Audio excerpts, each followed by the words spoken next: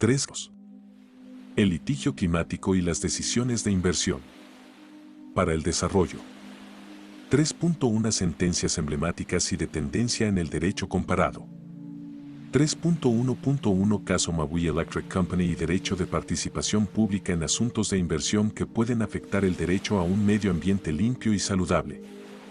Supreme Court of the State of Hawaii, in Reapplication of Maui Electric Company, Limited, SCWC 15-000640, Suprema Corte de Hawái, 14 de diciembre de 2017. Hechos.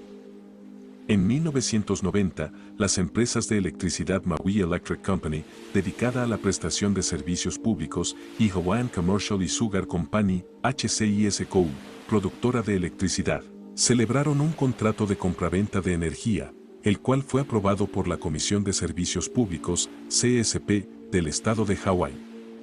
En 1999 se renegociaron los términos del contrato para ampliar su duración. Se acordó que el convenio respectivo sería en su caso nuevamente aprobado por la CSP a más tardar a finales de septiembre de 2015.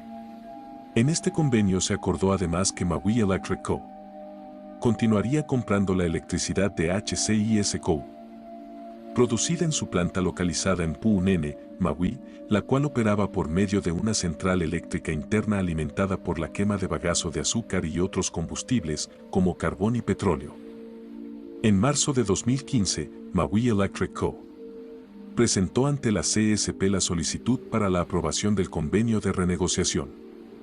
La Asociación Civil Sierra Club presentó una moción ante la CSP para intervenir en el procedimiento administrativo en representación de sus miembros, habitantes de una zona cercana a la central eléctrica de Pu'unene, Maui, de conformidad con la párrafo 6-6155A de las regulaciones administrativas de Hawái, Hawaii Administrative Rules, HAR.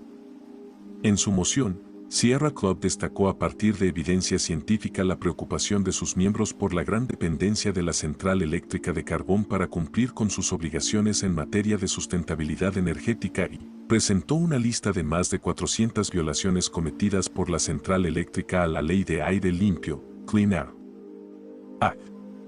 Por su parte, Maui Electric Co. presentó un memorándum para combatir la moción de Sierra Club. La CSP negó a Sierra Club el derecho de participar en el procedimiento administrativo, frente a lo cual, la Asociación Civil inició un recurso ante la Corte de Apelaciones, Intermediate Court of Appeals, ICA. En su resolución, la Corte concluyó que la CSP no tenía la obligación de realizar una audiencia para la aprobación de la solicitud de Maui Electric Co. y determinó que Sierra Club carecía de legitimación para interponer el recurso de apelación porque no se le causaba un perjuicio. Inconforme con esta decisión, la Asociación Civil interpuso un recurso de certiorari ante la Suprema Corte del Estado de Hawái, que fue resuelto a su favor. La Corte resolvió a favor de Sierra Club y le ordenó a CSP que realizara una audiencia de debido proceso para proteger el derecho a un medio ambiente limpio y saludable garantizado por la legislación hawaiana. Criterios de la Suprema Corte del Estado de Hawái. La Suprema Corte del Estado de Hawái fundamentó su decisión en el recurso de certiorari y otorgó el auto de avocación solicitado por Sierra Club sobre dos criterios principales. 1. Derecho de audiencia, establecido en la cláusula de debido proceso de la Constitución de Hawái. Este derecho protege a Sierra Club contra afectaciones a sus intereses patrimoniales, reconocidos en la normativa estatal, como es el caso del derecho a un medio ambiente limpio y saludable. 2. La protección procesal para la garantía del derecho fundamental a un medio ambiente limpio y saludable contemplada en la Constitución de Hawái. En estos casos, debido a la importancia de la protección del debido proceso en el contexto de las regulaciones ambientales, cuando se alegue una violación del derecho a un medio ambiente limpio y saludable se debe respetar y restituir a los afectados su derecho de audiencia. Análisis jurisprudencial. El planteamiento de Sierra Club sobre el debido proceso y su derecho a participar en asuntos públicos para proteger los derechos de sus miembros a un medio ambiente limpio y saludable fue analizado por la Suprema Corte de Hawái a partir de las siguientes preguntas. 1. ¿Tiene la Asociación Civil Sierra Club derecho a una audiencia en el procedimiento administrativo sobre el contrato de provisión de energía eléctrica de conformidad con el ámbito de protección de la cláusula de debido proceso establecida en la Constitución de Hawái. 2. El derecho al debido proceso establecido en la Constitución de Hawái contempla una protección procesal para las personas que exigen la protección de su derecho fundamental a un medio ambiente limpio y saludable. Al estudiar el alcance del derecho de audiencia alegado por Sierra Club, de conformidad con el ámbito de protección de la cláusula del debido proceso de la Constitución de Hawái, la Suprema Corte reconoció que las pretensiones de la asociación civil constituían un reclamo legítimo, debido a que éstas se encontraban protegidas para evitar una afectación indebida a sus intereses patrimoniales. Para corroborar la validez de los reclamos de Sierra Club, la Suprema Corte detalló que, de acuerdo con la jurisprudencia norteamericana, los intereses patrimoniales o de propiedad, protegidos por la cláusula del debido proceso se extienden más allá de la propiedad real sobre bienes tangibles. Pues se ha reconocido que los intereses patrimoniales abarcan también una serie de derechos intangibles, los cuales se definen a través de marcos legales. De este modo, los intereses patrimoniales, aunque constituyan meros beneficios intangibles, pueden a su vez servir como respaldo para sostener una reclamación legítima para solicitar la protección del derecho a un debido proceso. En su resolución, la Corte explicó que el interés patrimonial que tutela los intereses de la asociación civil se define a través del derecho sustantivo a un medio ambiente limpio y saludable, reconocido por el artículo 11, sección 9, de la Constitución de Hawái, el cual establece que toda persona tiene derecho a un medio ambiente limpio y saludable, tal como se define en las leyes relativas a la calidad ambiental, incluido el control de la contaminación y la conservación, la protección y la mejora de los recursos naturales. Para la Suprema Corte, si bien el artículo 11, sección 9, constitucional señala que es un derecho sustantivo y un interés patrimonial protegido por la cláusula del debido proceso, el ámbito de protección de este derecho está dado por la legislación ambiental, pero también por los estatutos, reglas y decretos relacionados con la calidad del medio ambiente. Lo cual, precisó la Corte, le da flexibilidad a la definición del contenido y alcance del derecho a lo largo del tiempo. Ahora bien, el interés patrimonial que reclamó Sierra Club protegido por la cláusula del debido proceso, de conformidad con el artículo 11, sección 9 constitucional, se define específicamente a través de la sección 269 de los Estatutos Revisados de Hawái, Hawaii Revised Statutes, HRS, en el cual se incluyen, entre otras cosas, las funciones y obligaciones que la CPS debe observar para reducir la dependencia del Estado a los combustibles fósiles a través de la eficiencia energética y el aumento de la generación de energía renovable. Así pues, la Corte concluyó que Sierra Club tenía un interés patrimonial protegido por el debido proceso, porque el artículo 11, sección 9, de la Constitución le otorgaba un derecho legítimo a un medio ambiente limpio y saludable, de conformidad con lo definido por las leyes ambientales, que en el caso es la sección 269 de los HRS, la cual dispone expresamente que la Comisión debe de tomar en consideración la reducción de las emisiones de GEI en la toma de sus decisiones. Así, también debía de considerarse que Sierra Club contaba con un reclamo legítimo para solicitar la protección de su derecho a un medio ambiente limpio y saludable, ya que este es un derecho garantizado por la Constitución y por los estatutos del Estado de Hawái. El derecho fundamental referido incluye la protección contra el cambio climático y las acciones para la reducción de gases de efecto invernadero. Una vez demostrado que Sierra Club tenía un interés patrimonial en el caso concreto, la Suprema Corte analizó qué tipo de protecciones del debido proceso eran aplicables, para lo cual aclaró que la protección del derecho a un medio ambiente limpio y saludable contemplaba el deber de la Comisión de tomar en consideración la reducción de las emisiones de GEI en su proceso de toma de decisiones, establecido en la legislación local. En opinión de la Suprema Corte, la Comisión afectó el derecho de los miembros de Sierra Club a un medio ambiente limpio y saludable al conceder la solicitud de aprobación del convenio sobre generación eléctrica reclamado.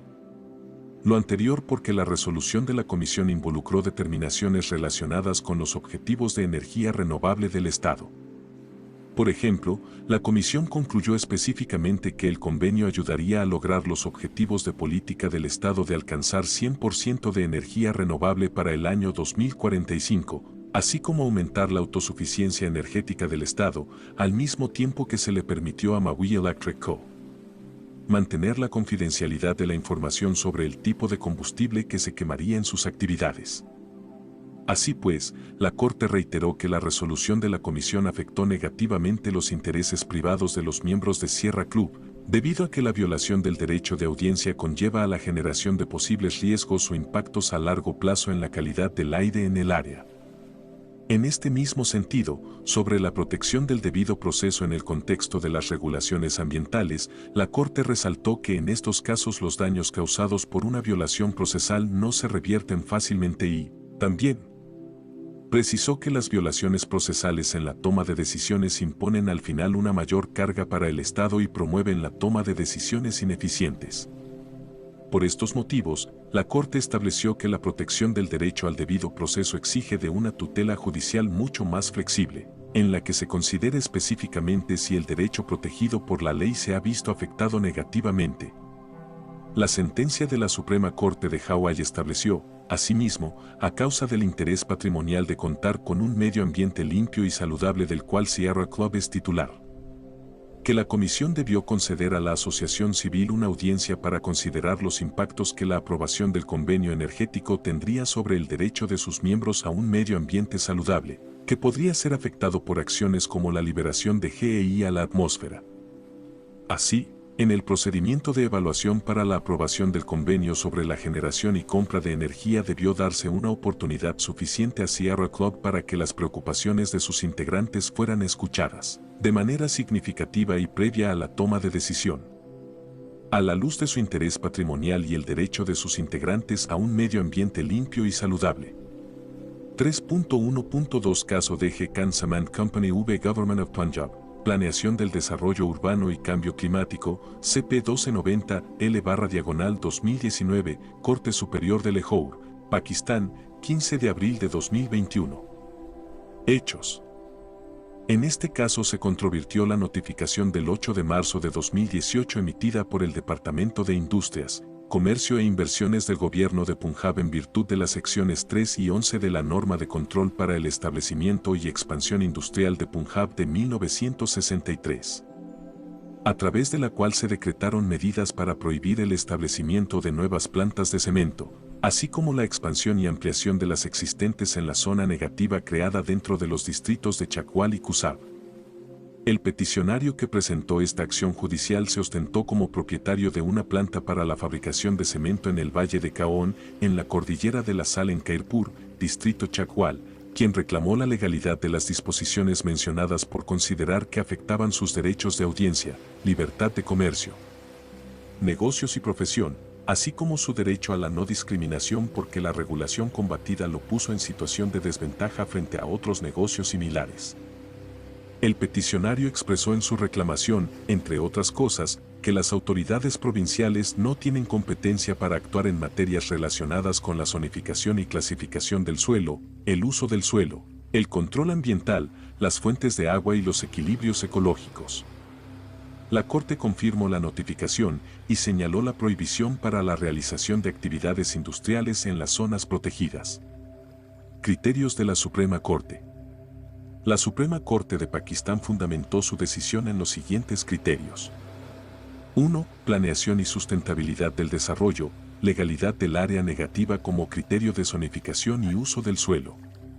El crecimiento industrial organizado y planificado es indudablemente de interés público y está regulado efectivamente a través de la sección 3 de la Norma de Control Industrial. La planeación es un proceso comprensivo, coordinado y continuo que involucra la identificación de metas futuras, planes para alcanzarlas y mecanismos para hacerlos efectivos con miras a promover el bien común de la sociedad. La creación de una zonificación para dividir el territorio de las provincias en áreas positivas y negativas es un medio para alcanzar un crecimiento industrial organizado y planeado, que no afecte los intereses sociales, ambientales, ecológicos, cívicos y económicos de las personas en el ámbito local. La justificación técnica y empírica de la regulación combatida es adecuada porque intenta prevenir los daños que las plantas de cemento existentes en la cordillera de la Sal han causado a los ecosistemas y los riesgos para la calidad de vida y la salud de las personas. Las autoridades basaron las normas correspondientes en la asesoría de expertos que determinaron la idoneidad de la zona del proyecto para las plantas de cemento que comprenden los distritos de Chakwal, Yalem, Kusab y Mianwali de Punjab. La Corte notó asimismo que las preocupaciones económicas y sociales relacionadas con el desarrollo organizado y planeado que existían en 1963 se han multiplicado y vuelto más complejas en la medida en que la población creció de aproximadamente 48 millones de personas en ese entonces a más de 217 millones en 2019.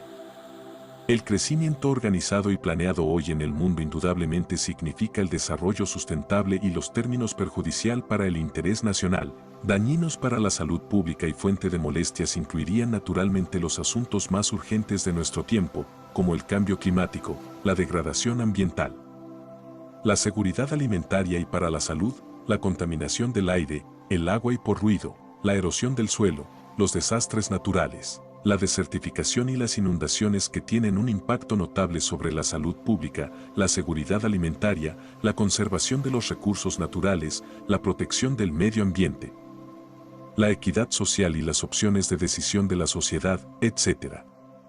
Para regular el uso del suelo, incluyendo la creación de áreas negativas o positivas para permitir el desarrollo industrial, la autoridad se ha reconocido como parte del poder de policía del Estado, orientado al bienestar público. La legislación para impulsar el crecimiento económico ordenado y planeado, como sucede con la norma de control industrial combatida por el peticionario, es armónica asimismo con los valores constitucionales nacionales, así como los derechos fundamentales, incluyendo el derecho a la vida y la dignidad. La promoción del bienestar económico y social para todas las personas y la salvaguarda de los intereses legítimos de las personas más marginadas. Es también importante observar que la zonificación del suelo en áreas positivas y negativas no es absoluta ni estática.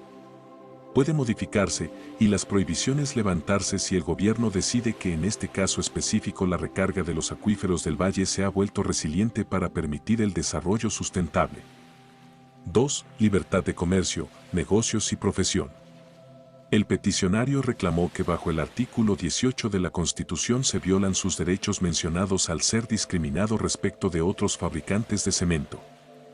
Para la Corte, los derechos protegidos constitucionalmente están sujetos a los requisitos de la legislación y en este caso la norma de control industrial prohíbe nuevos desarrollos industriales, con excepción de aquellos que tengan un permiso previo del gobierno. La norma de control no tiene por finalidad castigar o beneficiar a nadie, sino lograr un crecimiento planificado y ordenado, con base en los hallazgos de un estudio científico multidisciplinario que establece fundamentos razonables para la zonificación establecida en el área del proyecto. 3. Justificación empírica de la zona negativa. Para responder a la pregunta de si la notificación combatida por el peticionario se ajusta al interés público, la Corte consideró que las autoridades competentes en materia de minas y minerales notificaron al gobierno provincial que las plantas de cemento existentes en la cordillera de la Sal estaban causando un daño ecológico en el área. Con esta información el gobierno provincial decidió buscar asesoría científica de expertos y comisionó un estudio para definir la viabilidad de permitir nuevas plantas de cemento en los distritos de Chakwal, Yalem, Kusab y Mianwali de Punjab. Es relevante notar que la Corte refirió en esta sentencia que el equipo responsable del estudio incluyó a expertos nacionales e internacionales en el campo de las plantas de cemento, la geología y la química ambiental, con experiencia en varios países del mundo. También, que se siguió una metodología en la cual se abordaron 5 temas determinantes para la definición de una zonificación basada en áreas negativas y positivas, y la suficiencia de materiales crudos de cemento. 2. La sustentabilidad de los recursos hídricos. 3. Las condiciones ambientales y socioeconómicas en el área del proyecto. 4. La infraestructura para el transporte, y v. La agricultura, los bosques y los sitios sensibles y restringidos. Para la Corte fue relevante notar que el panel de científicos desarrolló un estudio integral para estudiar una variedad de factores que podrían ser impactados por el establecimiento o la expansión de las plantas de cemento en la región. Además, se llevaron a cabo estudios de campo y mediciones sobre las condiciones ambientales, como las emisiones a la atmósfera, y se realizaron encuestas para evaluar las condiciones socioeconómicas y otras necesidades de la población, como la infraestructura para el transporte. Los expertos realizaron también auditorías técnicas a las fábricas de cemento y se reunieron con sus propietarios.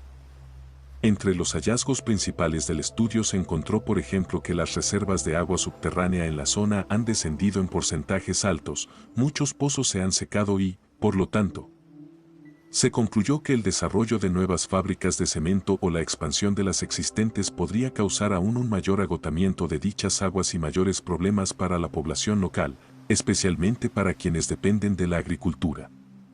También recomendaron la protección del paisaje, el valor turístico y los ecosistemas y recursos naturales y agrícolas en los 4 valles de la cordillera, lo cual difícilmente podría lograrse en ese momento si se permitían nuevas o más grandes plantas de cemento, que a su vez requerirían el desarrollo de infraestructura como carreteras.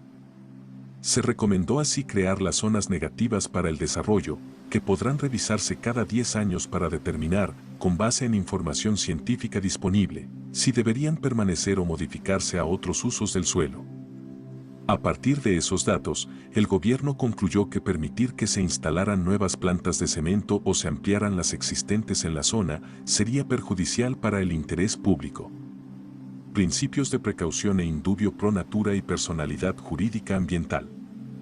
La Suprema Corte hizo notar que la información técnica aportada en este caso demostraba la existencia de amenazas serias para el medio ambiente en la zona, sobre todo para los acuíferos subterráneos sobreexplotados, los cuales deben ser recargados antes de que pueda hablarse de desarrollo económico en la zona. En este contexto, el establecimiento de una zona negativa creada en las regulaciones controvertidas por el dueño de una fábrica de cemento debe entenderse como una forma de protección de una zona ambientalmente frágil, con hábitats vulnerables, que necesita ser cuidada y protegida hasta que se recupere, si es que eso puede ocurrir.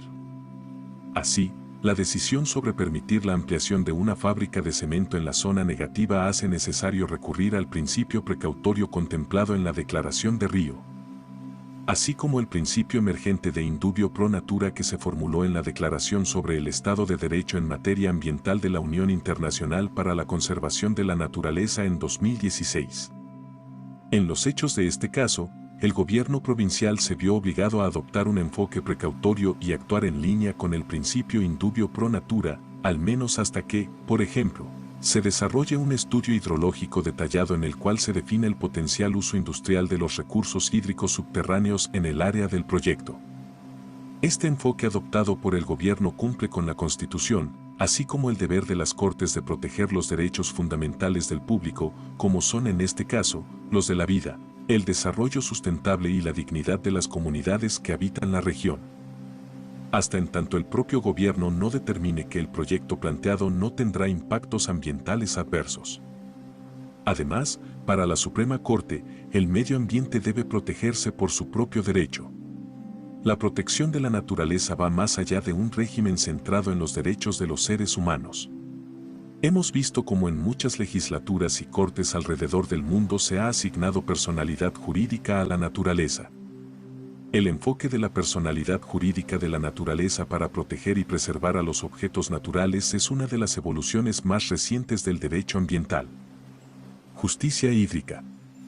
La Política Nacional de Cambio Climático 2012 resalta el vínculo inexorable entre los recursos hídricos y el clima, de ahí que el cambio climático proyectado tenga implicaciones tan serias para los recursos hídricos altamente sensibles a las condiciones climáticas en Pakistán.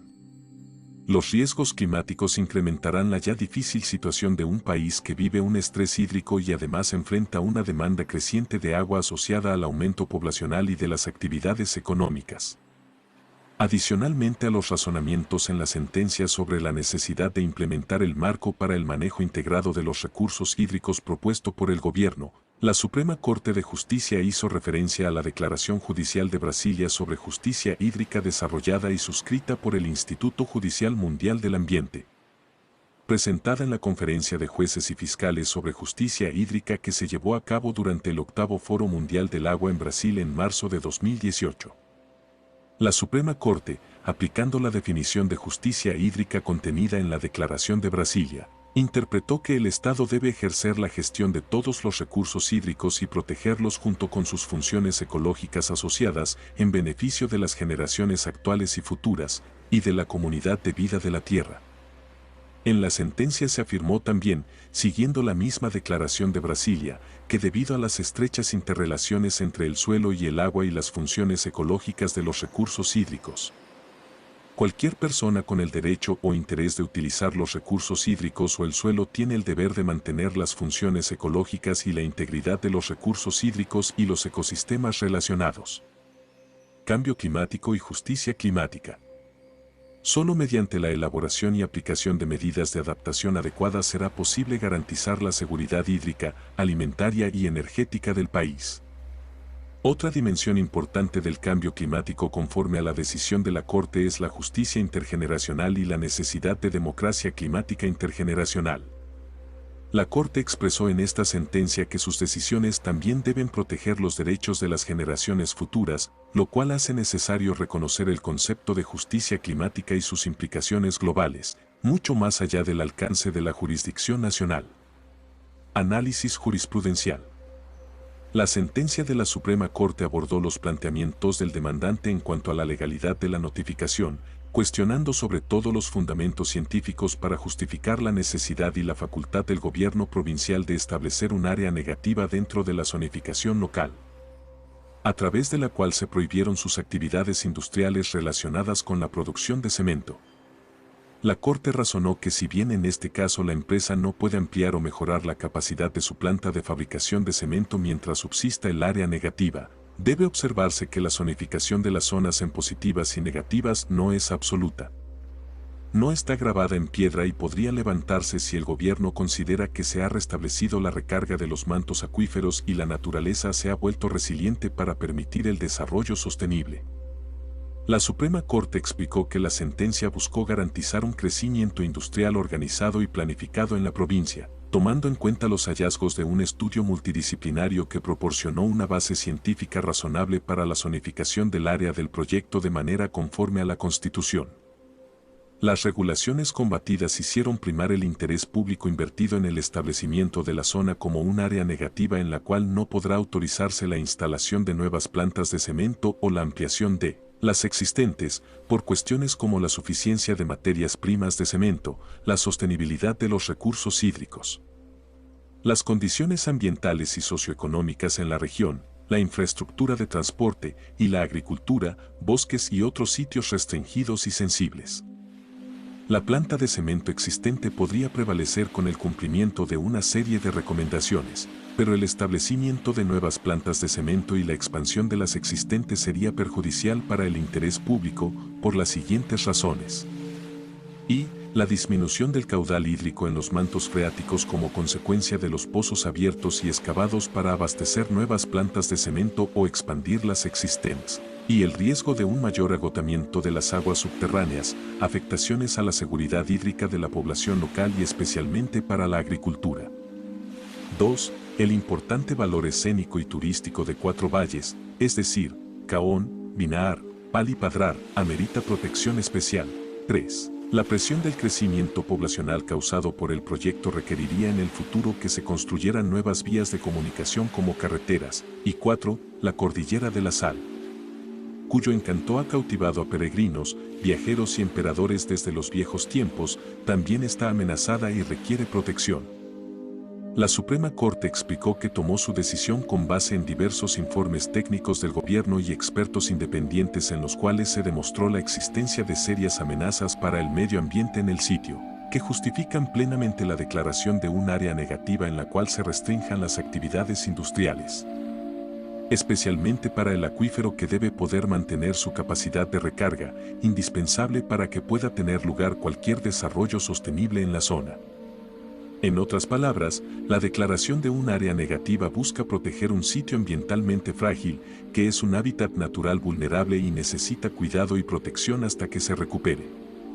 Por estas consideraciones el gobierno provincial se vio obligado a adoptar un enfoque de precaución y actuar de acuerdo con el principio in dubio pro natura, hasta que, entre otras cosas, se lleve a cabo un estudio hidrogeológico detallado que evalúe el potencial de los recursos de aguas subterráneas para fines industriales de la zona donde pretendía ampliarse la industria de fabricación de cemento.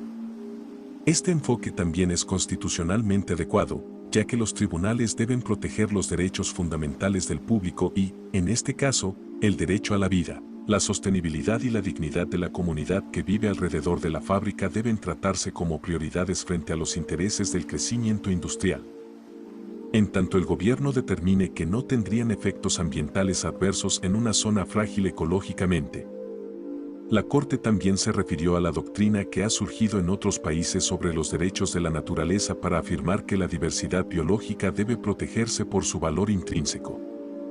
Se expone en la sentencia que la tendencia a declarar como sujetos de derechos a los ecosistemas o elementos naturales apunta a que el hombre y su medio ambiente necesitan comprometerse para el bien de ambos y esta coexistencia pacífica requiere que la ley trate a los elementos ambientales como titulares de derechos. Entre los argumentos de la sentencia que se refieren a la ciencia del cambio climático y la justicia, la Suprema Corte tomó en cuenta que el objetivo de la Política Nacional de Cambio Climático es garantizar que se incorpore en los sectores económica y socialmente vulnerables y orientar a Pakistán hacia un desarrollo resiliente al clima. La notificación combatida por el propietario de la fábrica de cemento es considerada como una medida regulatoria a través de la cual se busca lograr la resiliencia climática en sintonía con la Política Nacional de Cambio Climático y la Constitución. Finalmente, la Corte envió un mensaje sobre la necesidad del aprendizaje de la evolución de la naturaleza para la evolución de las democracias a democracias climáticas, afirmando que las cortes del mundo tienen un papel que desempeñar en la reducción de los efectos del cambio climático para esta generación y para las generaciones venideras. En la interpretación de la Corte pakistaní, la democracia se basa en el imperio de la ley y se ejerce desde un enfoque de derechos para garantizar valores fundamentales de moralidad, justicia y derechos humanos, con un adecuado equilibrio entre estas y otras necesidades de la sociedad. Las democracias deben rediseñarse y reestructurarse para ser más resistentes al cambio climático. Las democracias robustas deben ser democracias climáticas para detener los daños a los sistemas de soporte del planeta y salvaguardar los derechos fundamentales de las generaciones futuras. 3.2 Análisis desde los poderes judiciales que desarrollaron las sentencias. 3.2.1 El cambio climático y el juez como protector del agua por Michael D. Wilson, ministro asociado en la Suprema Corte de Justicia de Hawái. Algo extraordinario está sucediendo. A través de las emisiones de carbono, debido a la quema de combustibles fósiles y la deforestación, los seres humanos han alterado el sistema climático de la Tierra, conduciendo inevitablemente al calentamiento global. El desafío que enfrentamos ahora es detener estas emisiones y limitar el alcance del calentamiento global y las pérdidas, así como los daños y perjuicios que se pueden causar a las personas y a los ecosistemas. No mitigar estas emisiones conducirá a impactos irreversibles y un planeta tan dañado que estará biológicamente devastado, será incapaz de producir agua dulce, incapaz de sostener los niveles de la agricultura y capaz de producir cada vez más enfermedades y de matar a millones de personas a través de tormentas, olas de calor, inundaciones costeras, inundaciones e incendios. Todo esto, mientras nos dirigimos hacia una población mundial que se proyecta que va a crecer de 7.4 mil millones a 11.2 mil millones para el año 2100. El catastrófico futuro que nos espera se está tratando de mitigar a través del Acuerdo de París. Sin embargo, llegará el momento en que la Tierra se calentará 2 grados centígrados por encima de su temperatura pre-industrial, un límite al que nos estamos acercando rápidamente. Una catástrofe aún más exagerada se distingue por un mundo de más de 3 grados centígrados de calentamiento global para el año 2100. Este es ahora el futuro más probable para la humanidad contemplando los niveles actuales de emisiones de carbono. La búsqueda de la humanidad para lograr una mitigación ordenada y la adaptación al cambio climático depende de la aplicación de las leyes en materia ambiental. El marco jurídico que protege y sostiene al medio ambiente es precisamente del cual depende la vida. Un mundo de más de 3 grados centígrados de ecosistemas en colapso llegará dentro de este siglo, a menos que se aplique coercitivamente la legislación en materia ambiental.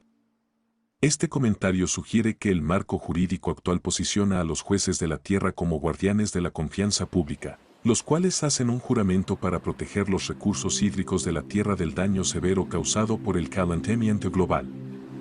Los juzgados y tribunales ambientales están demostrando ser fundamentales para la aplicación coercitiva y justa de la legislación ambiental y especialmente en cuestiones de cambio climático.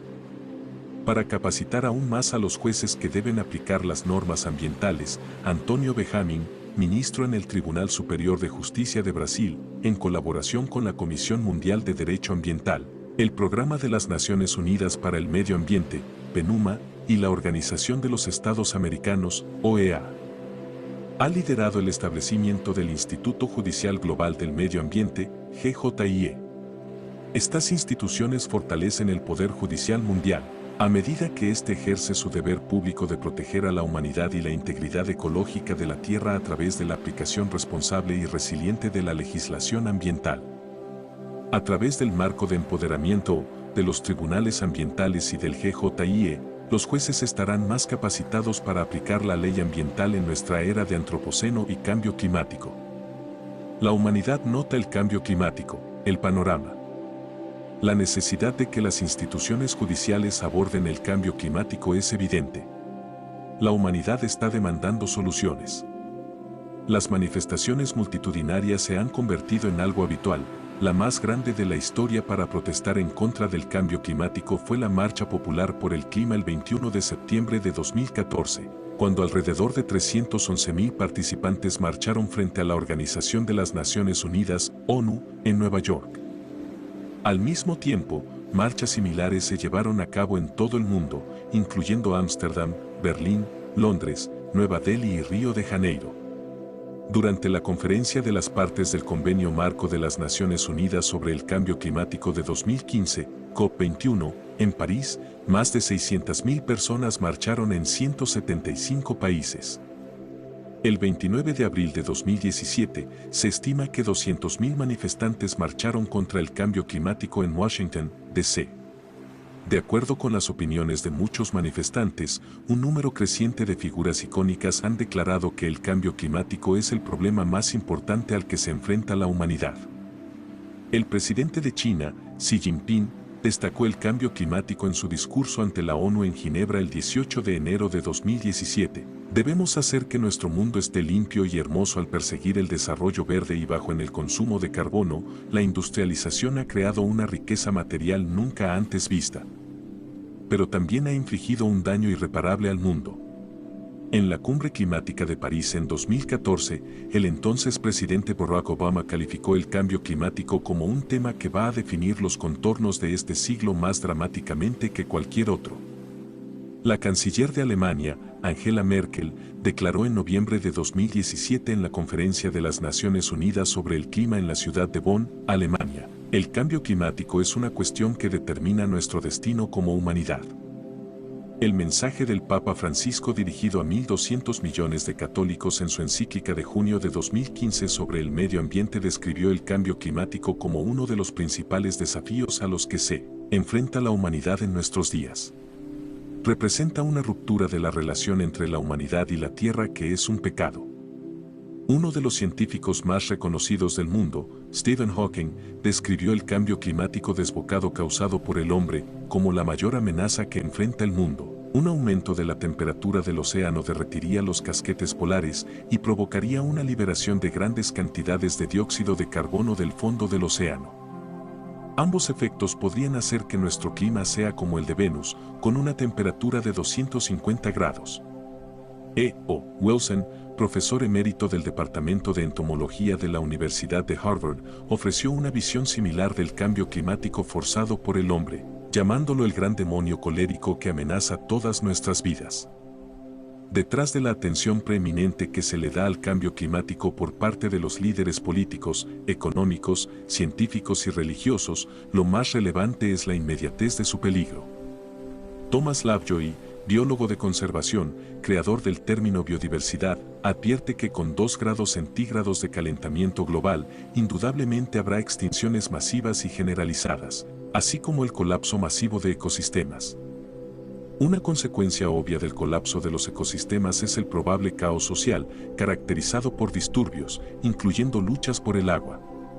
El presidente del Banco Mundial, Jim Yong Kim, ha señalado que las peleas por el agua y la comida serán los impactos más directos del cambio climático en los próximos 5 a 10 años. Simplemente no hay duda al respecto. Nadie puede predecir el futuro con certeza. Sin embargo, Un formidable consenso de la comunidad científica mundial ha proporcionado evidencia convincente a los líderes mundiales sobre las consecuencias severas de mantener el nivel actual de emisiones de gases de efecto invernadero/emisiones de carbono. Las proyecciones más fiables de los impactos climáticos futuros son los generados a partir de los modelos de cambio climático que simulan el sistema terrestre y las intervenciones humanas en los procesos clave naturales. El Panel Intergubernamental sobre Cambio Climático, PIC, fue establecido para revisar el conocimiento científico actual sobre cambio climático y proporcionar informes periódicos a la comunidad global. Sus conclusiones son conservadoras, ya que representan ciencia publicada, revisada por colegas y todo aquello que se ha establecido como conocimiento científico confiable hasta la fecha. Las conclusiones no tienen reservas y han sido aceptadas formalmente por los gobiernos nacionales del mundo, por lo tanto, se pueden considerar, científica y políticamente, como hechos conocidos o notorios. No pueden ser rechazados ni ignorados si uno está comprometido con un enfoque basado en la evidencia correspondiente que brindan las políticas públicas y el Estado de Derecho ambiental. Las conclusiones del panel son la autoridad científica sobre la que casi todas las naciones del mundo se han comprometido a reducir las emisiones de carbono a través del Acuerdo de París de 2015, que pertenece a la Convención Marco de las Naciones Unidas sobre el Cambio Climático. Recursos hídricos en un mundo de calentamiento de 2 o 3 grados. La Conferencia de las Partes de la Convención Marco de las Naciones Unidas sobre el Cambio Climático realizada en noviembre de 2017 reconoció que los compromisos actuales de mitigación no son suficientes para limitar el calentamiento global a menos de 2 grados centígrados para el año 2100. Los jueces ya no están aplicando las leyes ambientales tomando en cuenta la gravedad catastrófica de un mundo de 2 grados centígrados. A menos que se reduzcan los niveles de emisiones de carbono, los recursos de la Tierra, particularmente el agua, se someterá a los efectos del calentamiento global de más de 3 grados centígrados para 2100. Un mundo de 3 grados centígrados más es difícil de imaginar. Requiere de un estudio cuidadoso. En la actualidad, la comprensión de la enorme degradación que se ha infligido en los ecosistemas está limitada a los científicos, quienes son capaces de percibir la severidad del incremento silencioso de las liberaciones de dióxido de carbono a la atmósfera. Las alteraciones que esto provoca en los procesos naturales y la muerte silenciosa de casi la mitad de la vida en la Tierra. A los jueces, en razón de sus funciones, también se les asignará la tarea de comprender un mundo de más de 3 grados centígrados para decidir si las conductas que causan el calentamiento son compatibles con la legislación ambiental. La evidencia sobre el riesgo de un daño extremo e irreparable es convincente. En la trayectoria actual de las emisiones de carbono, una gran parte de la superficie terrestre será inhabitable porque carecerá de suficientes recursos hídricos y estará sujeta a temperaturas de 50 grados centígrados o 122 grados F. 28 en algunas regiones. Bosques como el Amazonas sufrirán de sequías y esto causará incendios, emitiendo carbono al aire para contribuir al círculo vicioso y autosostenible del aumento de dióxido de carbono, un ciclo que genera temperaturas más altas y disminuye los recursos hídricos. El Estado de Derecho en materia ambiental ayudará a prevenir un mundo de calentamiento de 2 o 3 grados. Lovejoy, quien fue un renombrado científico de la biodiversidad que comprendía el inminente mundo de 2 o 3 grados centígrados, planteó la siguiente pregunta: ¿podemos evitar la mayor injusticia ambiental intergeneracional de todos los tiempos? Las generaciones del presente van a seguir actuando de manera egocéntrica y generando un futuro de 2 o 3 grados centígrados para los niños de las futuras generaciones mediante la liberación consciente de carbono en la atmósfera. El marco jurídico actual en cuanto al Estado de Derecho en materia ambiental protege a las generaciones futuras de las injusticias de una Tierra de 2 o 3 grados centígrados. El marco de la ley constitucional y estatutaria que informa el futuro del agua sobre la Tierra está repleto de declaraciones sobre el derecho a un medio ambiente limpio y saludable, así como el deber fundamental de los gobiernos de proteger los recursos naturales para las generaciones futuras. La capacidad de las instituciones judiciales para lidiar con las inminentes consecuencias del cambio climático en el marco del derecho ambiental está demostrando ser fuerte y resiliente. Han surgido principios contemporáneos que empoderan a los jueces para abordar la rápida aparición del cambio climático a través de normas ambientales evolutivas. La equidad intergeneracional, la confianza pública, el principio de precaución, el principio de prevención, el derecho a un medio ambiente limpio y saludable, el principio de quien contamina paga, y la doctrina de la creación de peligro son los elementos propicios de muchos dispositivos legales fundamentales, incluyendo el principio 1 de la Declaración de Río de 1992, el Objetivo 13 de Acción Climática de Desarrollo Sostenible de la Cumbre de Desarrollo Sostenible de las Naciones Unidas del 2015 y, más recientemente, las contribuciones determinadas en el ámbito nacional para la mitigación del carbono se establecieron por 193 partes que han ratificado el Acuerdo de París hasta la fecha. La equidad intergeneracional fue reconocida por la Suprema Corte de Justicia de Filipinas para otorgar legitimación a los niños que representaron en una acción judicial los intereses de las futuras generaciones en bosques, que fueron objeto de deforestación ilegal a gran escala. 40. El derecho constitucional a un medio ambiente sano fue reconocido por la Suprema Corte de Justicia de la India en 1991. El derecho de los sagrados ríos Ganges y Yamuna a ser sujetos de protección legal como personas jurídicas / personas vivas fue establecido recientemente por el Tribunal Superior del Estado de Uttarakhand en India. El tribunal determinó que los ríos tienen un sustento espiritual y físico. Los ríos apoyan y asisten tanto la vida de especies como a los recursos naturales, a la salud y el bienestar de toda la comunidad. Los ríos Ganges y Yamuna están respirando, viviendo y sosteniendo a las comunidades desde las montañas hasta el mar. La decisión del tribunal en la India se basó en los artículos 48A y 51A-G de la Constitución, en los cuales se establece que el Estado se esforzará por proteger y mejorar el medio ambiente y para salvaguardar los bosques y la vida silvestre del país y que los ciudadanos de la India tienen el deber de proteger y mejorar el medio ambiente natural, incluyendo bosques, lagos, ríos y la vida salvaje, y tener compasión de los seres vivos, respectivamente. Se identificó un facsímil de confianza pública en los funcionarios públicos responsables.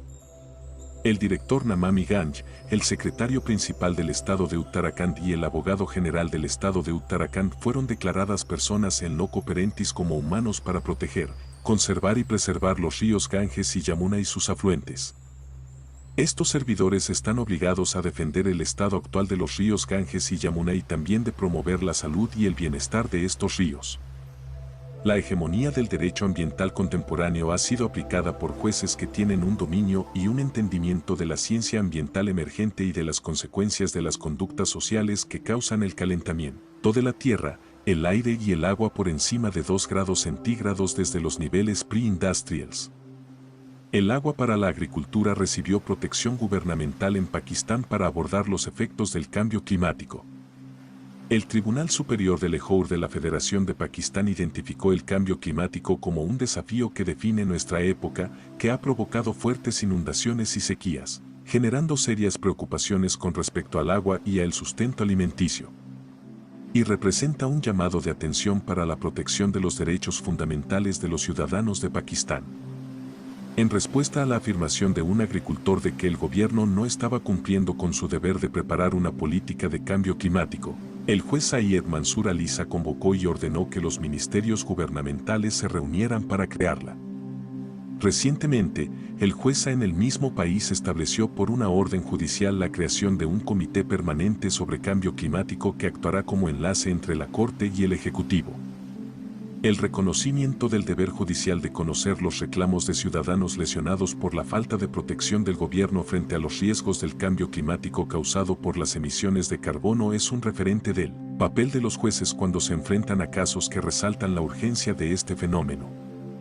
En Europa, los jueces del Distrito de La Haya también reconocieron la competencia de las Cortes para revisar si el gobierno holandés cumplió con su deber de proteger a los ciudadanos del cambio climático peligroso causado por las emisiones de carbono. En el caso de la Fundación de Urgenda C. El Estado holandés, una corte emitió un fallo en el cual se estableció que, debido al supuesto fracaso del gobierno holandés para cumplir con sus responsabilidades de mitigación de las emisiones de carbono, la Fundación Urgenda tenía legitimación para hacer valer reclamos en nombre de los ciudadanos holandeses. La decisión de la Corte se basó en reconocer que el supuesto fracaso del gobierno fue una violación de su responsabilidad de proteger a sus ciudadanos de un peligro inminente causado por las emisiones de carbono, que traen aparejado el calentamiento de la atmósfera.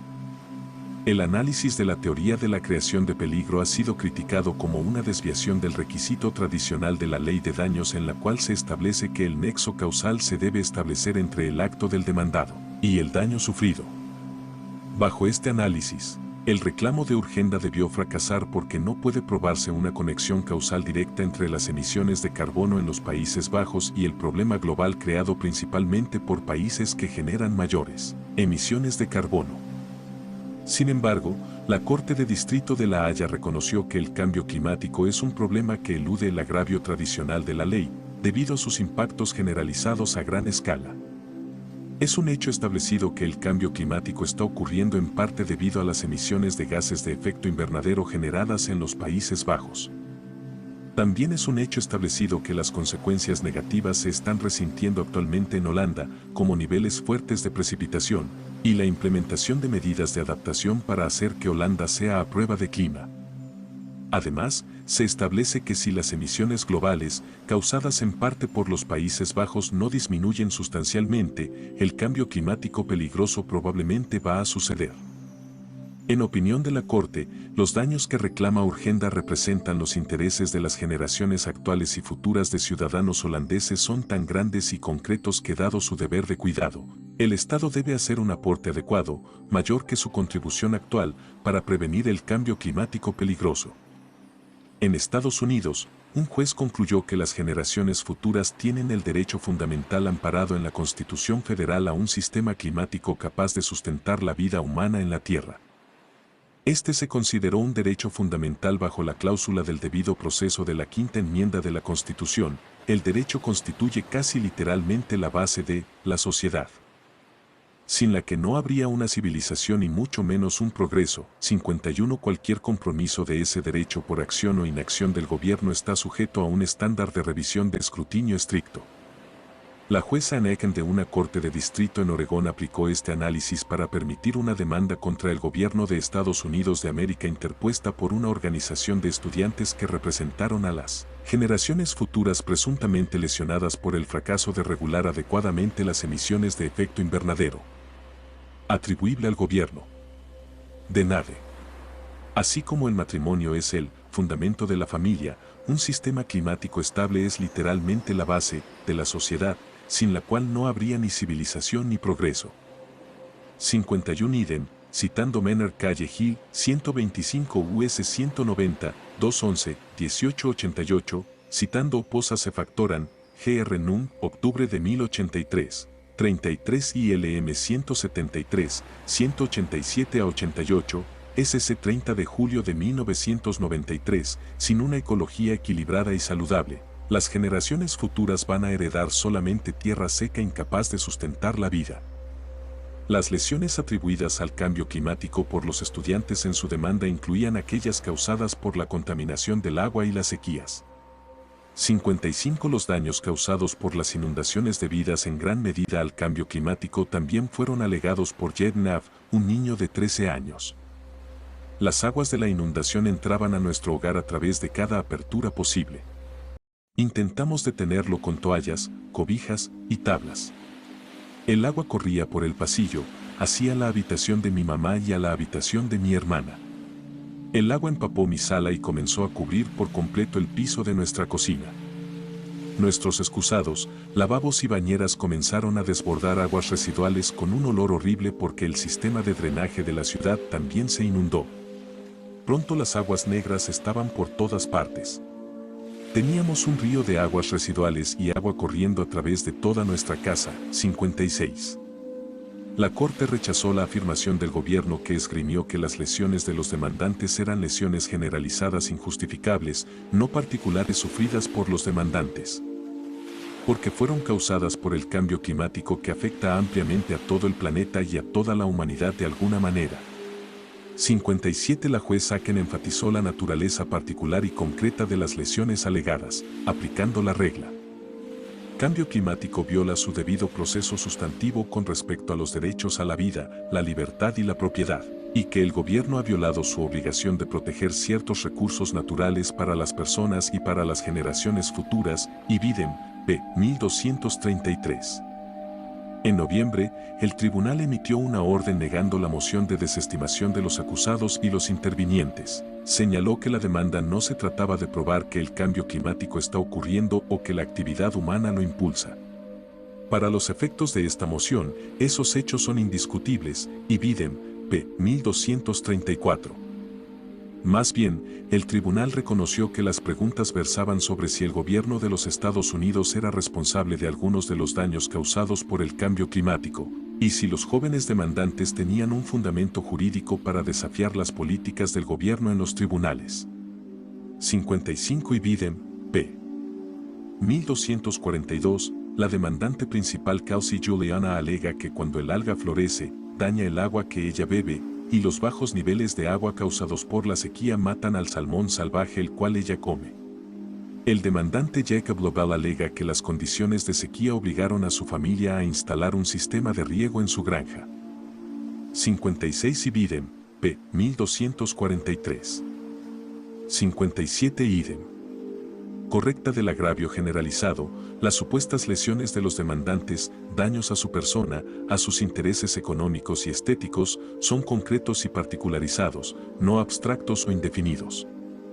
La Corte concluyó que los demandantes tenían un fundamento legal para la acción judicial porque las acciones o inacciones de la Agencia de Protección Ambiental de Estados Unidos con respecto a la regulación de los gases de efecto invernadero supuestamente generan los numerosos casos en los cuales se causa o causará en el futuro un daño para los demandantes. Señaló que sostener lo contrario sería decir que la Constitución no ofrece protección contra una decisión consciente del gobierno de envenenar el aire que sus ciudadanos respiran o el agua que beben. Los demandantes alegaron de manera adecuada la vulneración o el daño a un derecho fundamental. 60. El supuesto fracaso del gobierno para prevenir las circunstancias que amenazaron en crear daños a los ecosistemas sobre los que los demandantes dependían, también constituyó una violación del deber de confianza pública, amparado en la Quinta Enmienda, específicamente en la cláusula del debido proceso. La juez Aken señaló la división de opiniones dentro del Poder Judicial Federal sobre la determinación de si la doctrina de la confianza pública aplica al gobierno federal. A medida que las condiciones de un mundo de 2 o 3 grados se acercan, las discrepancias a favor del gobierno federal que sostienen la inexistencia de un deber de confianza pública relacionado con el cambio climático pueden ir disminuyendo. Como el peligro arquetípico de la Tierra y los ecosistemas colapsando. Las narrativas legales que limitan la revisión judicial de la supuesta responsabilidad del gobierno sobre el calentamiento global causado por las emisiones de carbono se convertirán en un anacronismo. El reconocimiento por parte de la Corte en el caso Juliana sobre las pretensiones sustantivas de los demandantes en relación con el debido proceso y los reclamos de confianza pública en nombre de las futuras generaciones, guarda consonancia con el hallazgo de la Suprema Corte de Justicia de los Estados Unidos en el caso Massachusetts Subagencia de Protección del Medio Ambiente, en cuya sentencia se estableció que los daños asociados al cambio climático son serios y reconocidos. Tomando en consideración los reportes del Centro Nacional de Respuesta, National Response Center, y a lo dicho por un experto en ciencias del clima, la Suprema Corte de Justicia describió los daños significativos asociados con el cambio climático.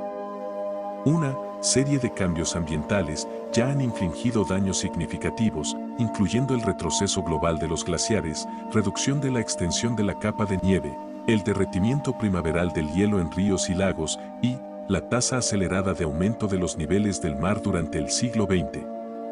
En relación con los últimos miles de años, científicos expertos involucrados en la investigación sobre el cambio climático han alcanzado un fuerte consenso de que el calentamiento global amenaza, entre otras cosas, un aumento precipitado en el nivel de los océanos para finales del siglo, daños severos e irreversibles a los ecosistemas naturales, una reducción en el almacenamiento de agua en la capa de nieve invernal en las regiones montañosas con consecuencias económicas directas e importantes y un aumento en la propagación de enfermedades. El experto también observa que el aumento de la temperatura del océano puede contribuir a una mayor agresividad de los huracanes. La ferocidad de los fenómenos meteorológicos extremos como el aumento de las sequías, la disminución del suministro de agua potable para la agricultura. La contaminación del agua y las inundaciones, eventos todos que son consecuencia del cambio climático causado por las emisiones de carbono, son el tipo de situaciones que han requerido la aplicación de la legislación ambiental por los jueces. Hawái no es una excepción. El principio de la confianza pública en Hawái con respecto al agua deriva del artículo 11, secciones 1 y 7 de la Constitución estatal y se ha incorporado a la legislación local sobre el agua. 65. El derecho de los ciudadanos a impugnar la regulación gubernamental de las emisiones de gases de efecto invernadero deriva del derecho a un medio ambiente limpio y sano, reconocido por el artículo 11, sección 9 y los estatutos revisados de Hawái en su capítulo 269, en los cuales se establece la manera en que la Comisión de la Utilidad Pública debe regular los combustibles fósiles.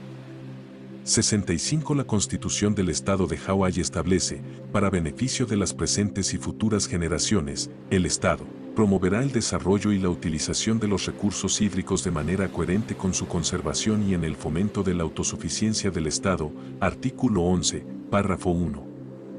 También, el Estado tiene la obligación de proteger, controlar y regular el uso de los recursos hídricos de Hawái en beneficio de su gente.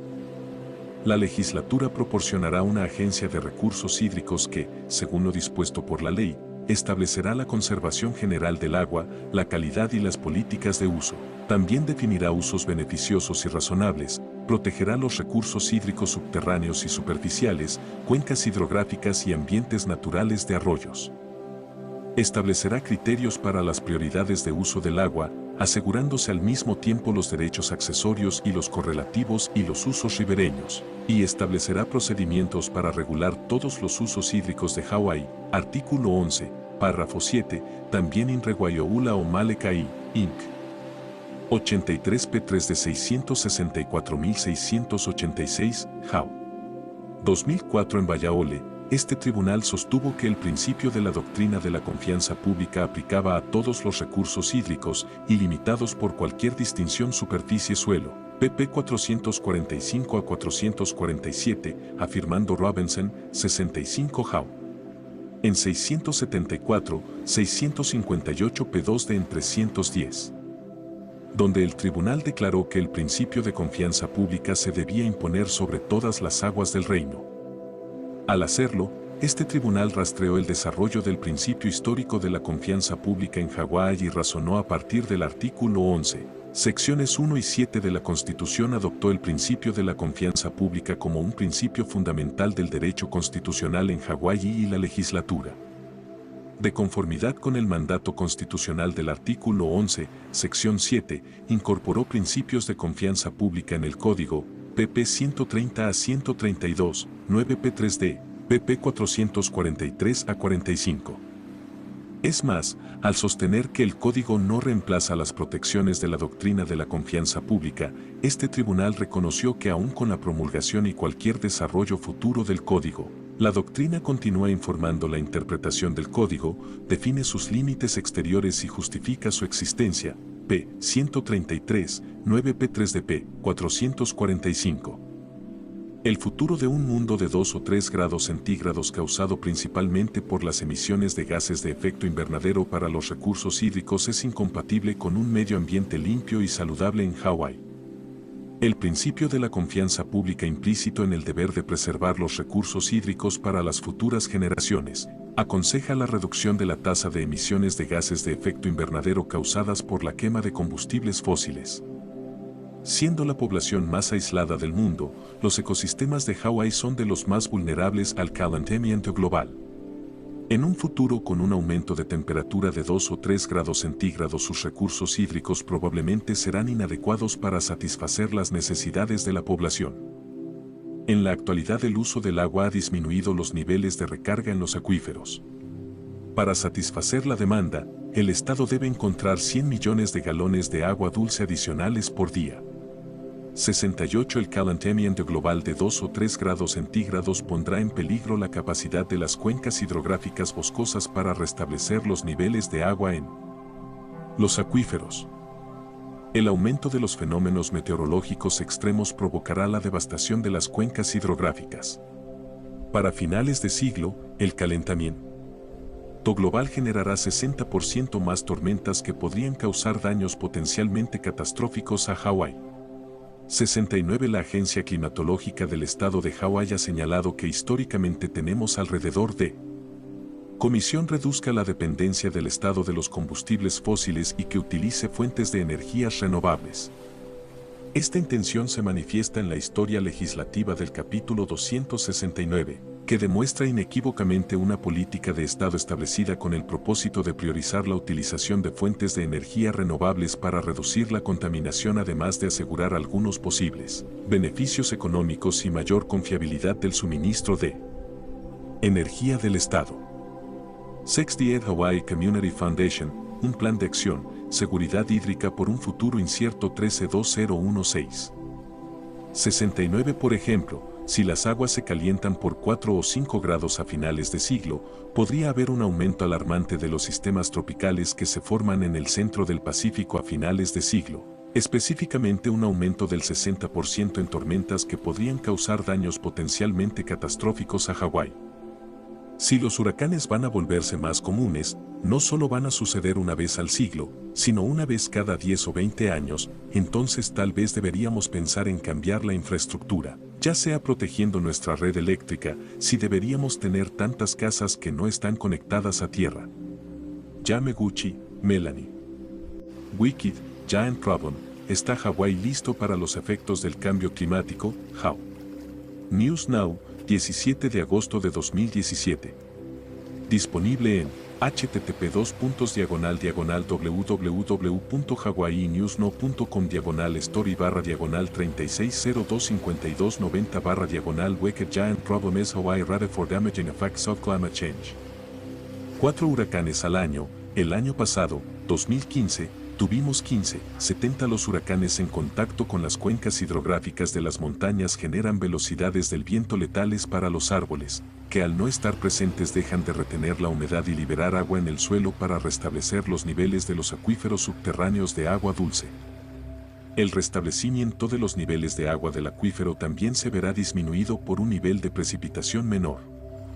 En la mayoría de las islas, el aumento de las temperaturas junto con la disminución de la precipitación y el aumento de la sequía reducirán la cantidad de agua dulce disponible para beber y para el riego de cultivos.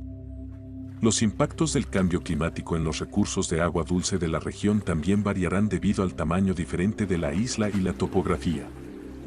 Elementos que afectan la capacidad de almacenamiento de agua y la susceptibilidad a las inundaciones costeras, los suministros de agua dulce ya están restringidos y se volverán más limitados en muchas islas. 71.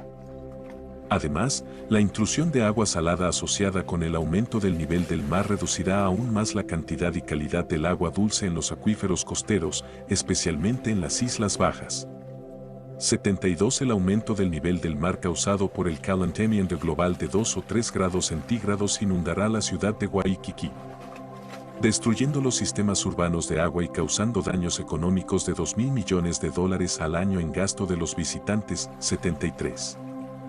Citando a Kevin Hamilton, investigador de ciencias atmosféricas de la Universidad de Hawái y exdirector del Centro Internacional de Investigaciones del Pacífico. 70 Beauty, Vicky, Pao Sin Chu, el climatólogo estatal de Hawái, interpreta a partir de los datos que ciertas tendencias han estado afectando nuestro clima, pero él no es el que debe sugerir un cambio de políticas públicas. Honolulu Star Advertiser, 5 de agosto de 2016. 71 Leong, Joan et al., Hawái y las islas del Pacífico afiliadas a EWA, en Melillo, J. M. et al. I10, Impactos climáticos en los Estados Unidos, la tercera evaluación del clima nacional, Global Change Research Program, 2014. Disponible en https://2014/20change.gov/informe/regiones/islas de Hawái y Pacífico. 72 Ibidem, p. 538. 73 B.A.C. Fletcher, Charles H., Encuesta Geológica de los Estados Unidos, Evaluación Nacional del Cambio Costero, Cambio Histórico en la Costera en las Islas Hawaianas, Informe de Archivo Abierto. La valoración del espectro de un Hawái impactado por 2 o 3 grados centígrados de calentamiento global corresponde al Poder Judicial. Como intérpretes del derecho a un medio ambiente limpio y saludable y a salvaguardar el deber público de confianza reconocidos por la Constitución, los jueces de Hawái están equipados para lograr una resolución justa de los conflictos planteados por los ciudadanos que se relacionan con el cambio climático. Tribunales ambientales y el GJIE. El marco jurídico actual del Estado de Derecho en materia ambiental es incompatible con un calentamiento global de 2 grados centígrados más allá de los niveles pre-industrials, inducido principalmente por las emisiones de carbono. También son consideradas inaceptables las graves consecuencias del calentamiento global de 2 grados por todos los gobiernos nacionales del mundo. Pero dichas consecuencias se están acercando. 74. Uno de los juristas ambientales más famosos en el mundo, Antonio Benjamin, ha descrito el cambio climático como el problema legal más importante que enfrentan los jueces a nivel mundial. La aplicación efectiva de la legislación ambiental, la cual está constantemente en evolución, y la comprensión de la ciencia concomitante del cambio climático es un imperativo para que los poderes judiciales puedan lograr decisiones justas mientras el calentamiento global amenaza el bienestar de la humanidad. La guía para los tomadores de decisiones sobre cortes y tribunales ambientales publicada por el PNUMA demuestra la extraordinaria capacidad de los tribunales ambientales para preparar a los jueces en los rigores que implica el cumplimiento del Estado de Derecho en materia ambiental mientras la sociedad busca lidiar con el calentamiento global y el cambio climático. 2 de los 3 países que más emiten emisiones de carbono del mundo, China e India, han desarrollado sistemas judiciales extensos respecto al tema, para dotar a los jueces de conocimiento sobre derecho ambiental e información científica correspondiente. El país con la segunda huella de carbono más grande, Estados Unidos, tiene un solo tribunal ambiental con amplia jurisdicción federal en el aspecto penal y civil y regula temas relacionados con la tierra, el aire y el agua de Hawái. 76. Varios de los otros tribunales ambientales en Estados Unidos tienen una jurisdicción civil limitada o solamente municipal. Es notable que los precedentes están evolucionando rápidamente a medida que el Poder Judicial Mundial cumple con sus normas constitucionales, estatutarias, de derecho consuetudinario y con sus deberes derivados de los Códigos Civiles 78 para proteger a la humanidad dentro de su jurisdicción de la devastación de un mundo que se caliente a más de 2 grados centígrados. Cuestiones fundamentales de causalidad, inminencia de peligro, evidencia suficiente para probar el daño, reparación adecuada, escala de las lesiones y valoración de los costos de las emisiones de carbono son temas a los cuales se confrontan los jueces, quienes muchas a través de su perseverancia aplican de manera justa las leyes ambientales a aquellos casos que involucran la crisis más seria que jamás se haya visto. Los tribunales ambientales ofrecen la receta perfecta para la toma de decisiones informada e ilustrada respecto a esos temas. Esto debido a que los jueces de los tribunales ambientales reciben capacitación en temas relevantes y que evolucionan rápidamente, como el conocimiento científico aplicable a los problemas climáticos y las leyes ambientales. A partir de estas, los jueces responsables de tomar decisiones complejas acumulan el conocimiento que ayuda a otros jueces a llegar a resoluciones justas en otros casos que involucren detalles de gran complejidad, muchas veces científica. Asimismo, el GJIE es un foro vital para fortalecer la vanguardia de los jueces que deben decidir sobre la situación de aquellas personas que recurren a los tribunales en busca de remedios, principalmente por causas relacionadas con el calentamiento global. Dirigido por jueces para jueces, su mandato es equipar de herramientas a los operadores judiciales interesados en la protección del medio ambiente. Independientemente de la jurisdicción, los jueces que deseen desarrollar capacidades para tomar decisiones que involucran el medio ambiente son elegibles para esta membresía. 81. La misión del GJIE es apoyar el papel de los juzgados y tribunales en la aplicación y el cumplimiento de las leyes ambientales y en promover los precedentes y la letra de la ley en materia ambiental, así como la justa distribución de los beneficios y cargas ambientales. Para cumplir con su misión, el GJIE ha establecido objetivos específicos que incluyen a. Proporcionar investigación, análisis y publicaciones sobre adjudicación ambiental, resoluciones sobre las disputas ambientales, prácticas y procedimientos judiciales, administración de tribunales, reclamaciones y acciones legales, remedios judiciales y justicia ambiental, incluyendo acceso a la información ambiental. Participación pública en la toma de decisiones ambientales y acceso a la justicia. B. Fortalecer la capacidad de los jueces en la administración y resolución de casos y disputas relacionados con el medio ambiente. C. Proporcionar un foro para las reuniones internacionales, regionales, nacionales y subnacionales de jueces, funcionarios e instituciones judiciales, para crear alianzas de colaboración e intercambio de información sobre el medio ambiente. Punto. Cualquier juez encargado de aplicar las normas ambientales podrá recurrir al GJIE como un recurso adicional. Esta institución será un repositorio de información y apoyo para la toma de decisiones judiciales por colegas que se encargan de resolver los litigios sobre el calentamiento global. Es un centro colaborativo para facilitar la comunicación global entre los jueces y para apoyar a aquellos cuya independencia se puede ver amenazada, como respuesta a la aplicación de la ley ambiental. Conclusión. Los principios de derecho ambiental aplicables a los impactos generados por el cambio climático que amenazan los recursos hídricos en el presente y para las generaciones futuras se oponen a las tasas actuales antropogénicas del calentamiento global. Guiados por la normatividad ambiental, los jueces en el mundo están respondiendo a la lucha de la humanidad para limitar el calentamiento global a muy por debajo de 2 grados centígrados por encima de los niveles pre-industrials, según el Acuerdo de París. Y conforme a él se busca evitar las consecuencias catastróficas para la humanidad y todas las especies de la Tierra con las que compartimos un hogar. Dentro de los parámetros de las leyes ambientales, los jueces hacen un esfuerzo para proteger los recursos hídricos de la Tierra y a los seres humanos de las consecuencias inminentes creadas por el índice actual de las emisiones de carbono antropogénicas. Sus decisiones deben basarse en el dominio del desarrollo de la ciencia y la comprensión completa que involucra la rápida aceleración en los precedentes judiciales. El esfuerzo para encontrar una solución que evite el calentamiento de 2 grados centígrados tiene un límite de tiempo, el año 2100, considerando los niveles actuales de emisiones de gases de efecto invernadero. Los hombres y mujeres que son jueces tienen la capacidad de decidir de qué manera se aplicarán las leyes ambientales frente al problema social más importante que enfrenta actualmente la humanidad, por lo que se deben empoderar a través del apoyo, la guía y la colaboración con los tribunales ambientales e instituciones como el GJIE. 3.2.2 Justicia ambiental y climática, una perspectiva desde Pakistán.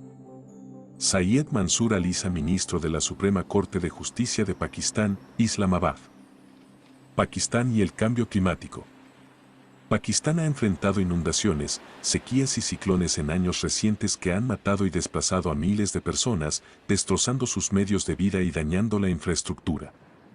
Se anticipa que el cambio climático tenga impactos severos sobre Pakistán, una reducción en la productividad agrícola, un aumento en la variabilidad de la disponibilidad de agua, un aumento de la erosión costera, una incursión del agua marina y un aumento en la frecuencia de los eventos extremos climáticos. Se proyecta que el deshielo de los glaciares en el Himalaya incrementará y afectará a los recursos de agua dentro de las próximas 2 décadas. Esto estaría seguido de una disminución en el caudal de los ríos a medida que los glaciares retrocedan. Se proyecta también que la disponibilidad del agua dulce disminuirá, llevando a la pérdida de biodiversidad y una menor disponibilidad de agua para consumo de la población. Las áreas costeras con fronteras en el Mar Arábigo y el sur de Pakistán tendrán el riesgo más grave debido al incremento de inundaciones desde el mar y en algunos casos los ríos. Siendo un país con una economía principalmente agrícola, se estima que el cambio climático reducirá el rendimiento de las cosechas, afectando los sustentos y la producción de alimentos. La combinación de la disminución en las cosechas con el crecimiento de la población y la urbanización del país, el riesgo de hambre y la inseguridad alimentaria se mantendrá alta. Se espera un incremento en la morbilidad y mortalidad endémica debido a las enfermedades principalmente asociadas con las inundaciones y las sequías. Aumentos en las temperaturas de las aguas costeras exacerbarán la abundancia de cólera. El impacto del cambio climático también agravará las desigualdades sociales existentes en el uso de recursos e intensificará los factores sociales conducentes a la inestabilidad, los conflictos, el desplazamiento de personas y los cambios en las tendencias migratorias. Pakistán está clasificado como el séptimo país entre los más afectados por el cambio climático en la lista del Índice de Riesgo Climático Global 2017, Global Climate Risk Index 2017. Pakistán ha sufrido los impactos devastadores de los desastres naturales y el cambio climático en años recientes, entre ellos un terremoto en 2005 e inundaciones fuertes en 2010. Los efectos del cambio climático se han incrementado rápidamente en Pakistán, causando y exacerbando desastres, forzando a las personas al abandono de sus hogares en búsqueda de otros lugares refugio, causando así una migración inducida por el clima. El monzón de verano se ha movido al final de la temporada y las lluvias invernales se han movido a finales de febrero y marzo. Asimismo, la temporada de nieve que normalmente comenzaba a principios de noviembre y terminaba en diciembre ahora se extiende hasta marzo. Según informes recientes, el índice alto de crecimiento de la población ha reducido la capacidad de disponibilidad de agua per cápita de 5.000 metros cúbicos por persona a menos de 1.000. El crecimiento futuro de la población reducirá esta capacidad a 500 para mediados del siglo, lo que hará que el país dependa de otros para su seguridad alimentaria.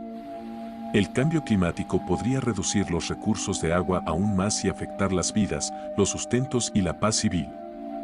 Esto es una llamada de atención a que Pakistán es uno de los países más vulnerables a los efectos del cambio climático. La incorporación del cambio climático. Como respuesta a estas amenazas y retos formidables e inquietantes, el gobierno de Pakistán desarrolló una política de cambio climático, Climate Change Policy, NCCP, en 2012 y un marco para su implementación, Framework for the Implementation of the Climate Policy 2014-2030, FIC. Los esfuerzos de adaptación son los puntos de enfoque de este documento político. Las vulnerabilidades de varios sectores al cambio climático han sido destacadas y se han articulado las medidas de adaptación apropiadas. Estas cubren las medidas de política para abordar asuntos en varios sectores como el agua, la agricultura, la silvicultura, las zonas costeras, la biodiversidad y otros ecosistemas vulnerables. El marco para la implementación de la NCCP. El marco para la implementación de la NCCP está dividido en 4 etapas: acción de plazo inmediato, dentro de 2 años, acción de plazo inmediato, dentro de 5 años, acción de plazo mediano, dentro de 10 años, y acción de plazo largo, dentro de 20 años. La NCCP es el documento guía para enfrentar el cambio climático y plantea la meta de alcanzar un desarrollo resistente al clima en el país, a través de la incorporación del cambio climático en los sectores del país vulnerables económica y socialmente. El cambio climático y los derechos humanos. En Pakistán se reconoce de forma indiscutible que el acceso a un ambiente limpio, sano y funcional es integral al disfrute de los derechos humanos como el derecho a la vida, la salud, alimentación y un nivel de vida adecuado. Indudablemente, el cambio climático tendrá mundialmente un efecto profundo sobre el disfrute de los derechos humanos de los individuos y las comunidades. No es una suposición abstracta ni una posibilidad futura. Según el Programa de las Naciones Unidas para el Medio Ambiente, los impactos del cambio climático sobre los recursos de agua dulce, los ecosistemas y los asentamientos humanos ya están debilitando el acceso al agua dulce, los alimentos, la vivienda y otros derechos humanos básicos, interfiriendo con los sustentos y desplazando a personas de sus casas. Estos impactos constituyen una interferencia grave con el ejercicio de los derechos humanos fundamentales, así como el derecho a la vida, la salud, la alimentación y un nivel de vida adecuado. Nadie en Pakistán puede negar que existe un nexo inseparable entre el cambio climático y los derechos humanos.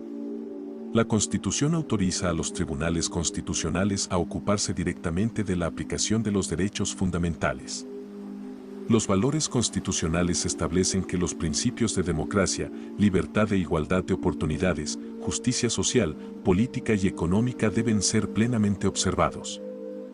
Los derechos fundamentales, derechos humanos, prevén el derecho a la vida, el derecho a la dignidad, el derecho a la no discriminación, el derecho a la circulación, el derecho a la información, el derecho a la propiedad o contra su privación.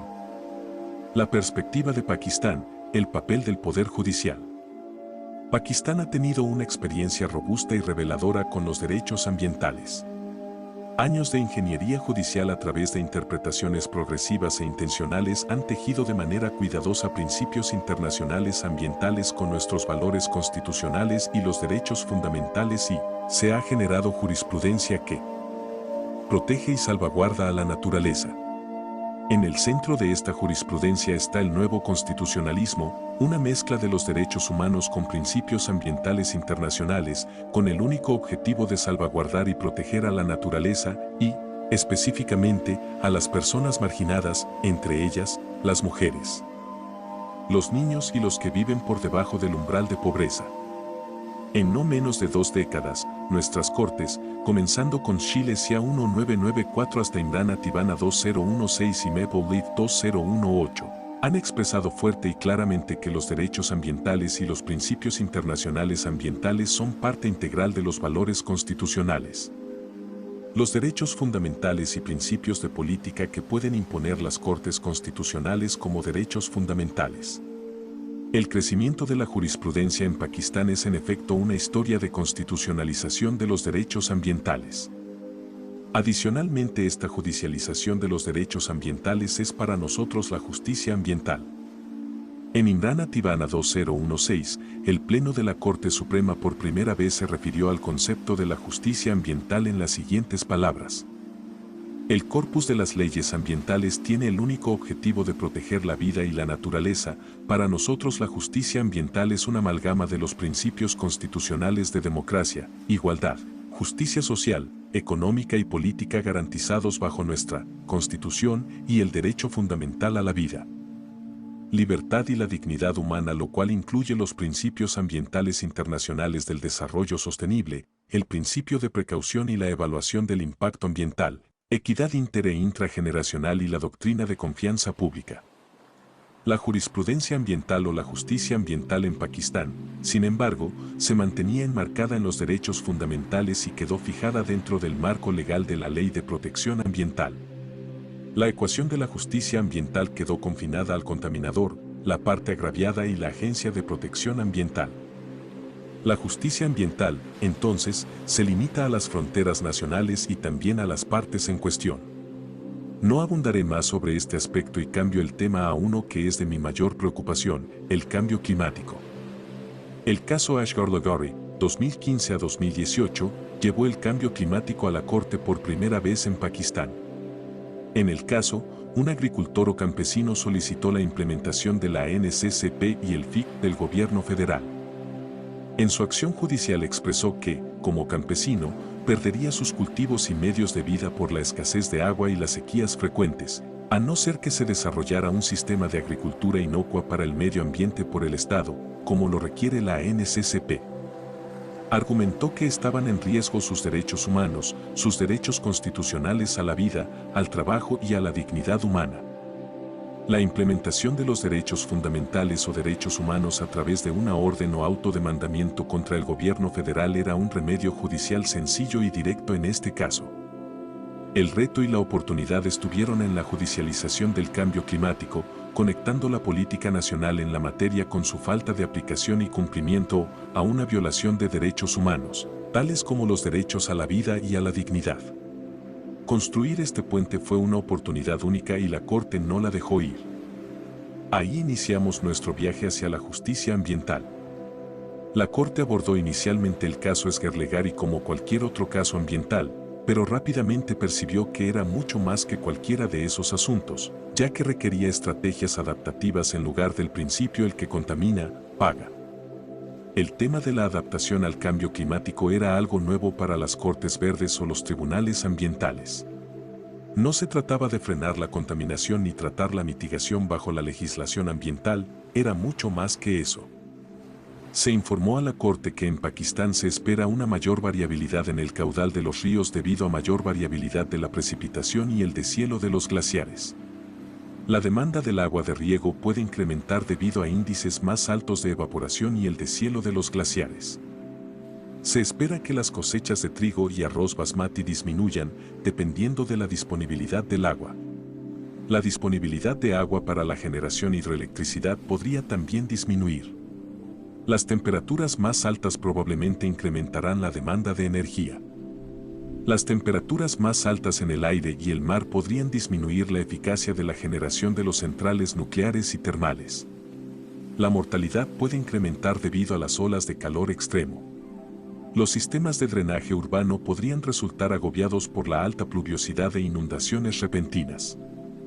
El aumento del nivel del mar y mareas de tempestades pueden tener efectos adversos sobre la infraestructura costera y los medios de subsistencia, resultando en enfermedades y problemas de salud.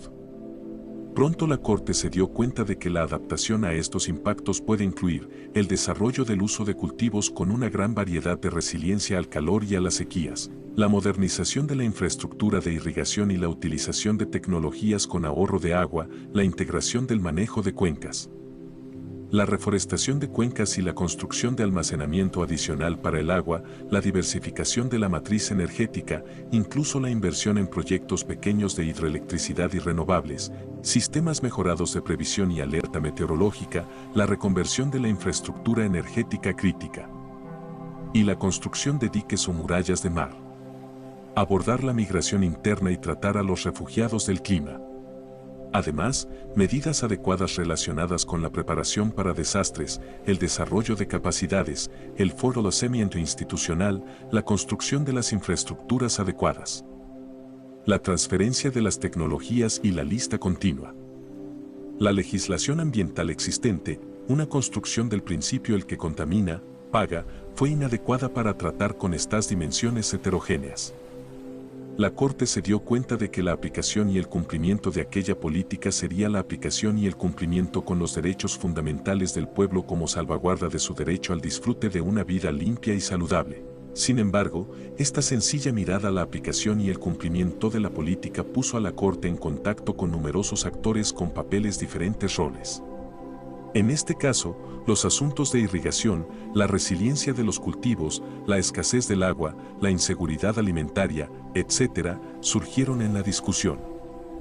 No fue un caso ambiental, que debía conformarse a la legislación ambiental.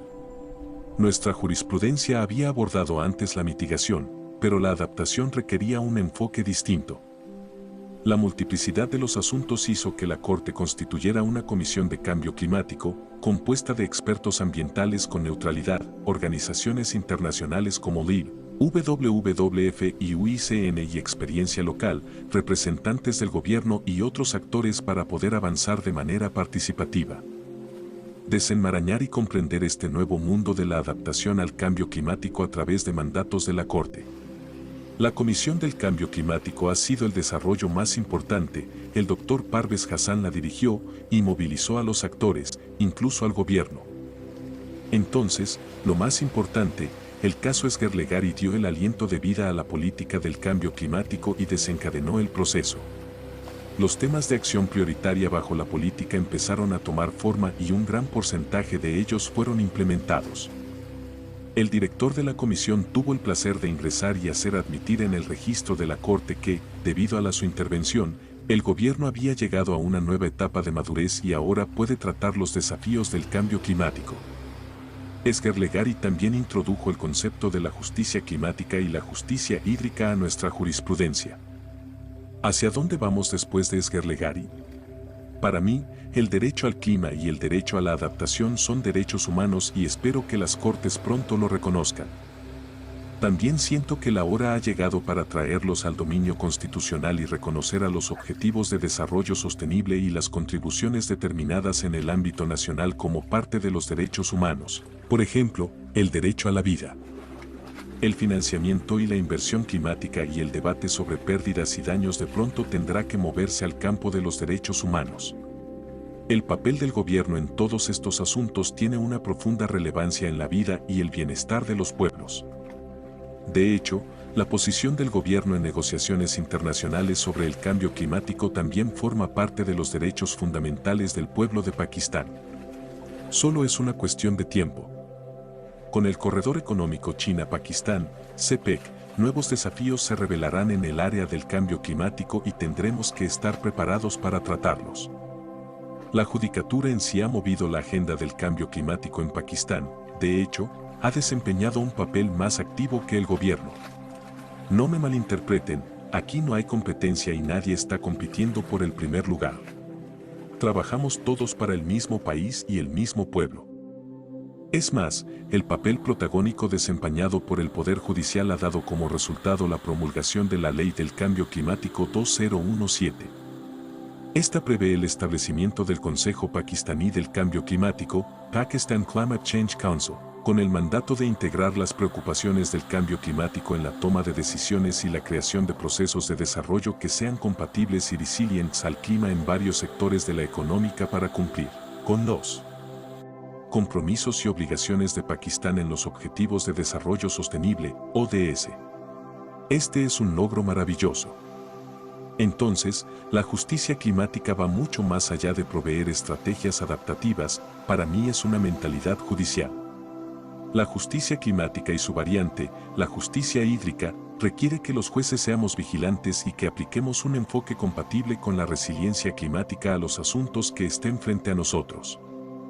No existe un caso climático, de hecho, muchos casos que nos llegan tratan del desarrollo urbano, las licencias, la adquisición de tierras, el financiamiento de proyectos, y tendrán invariablemente una relevancia sobre el cambio climático.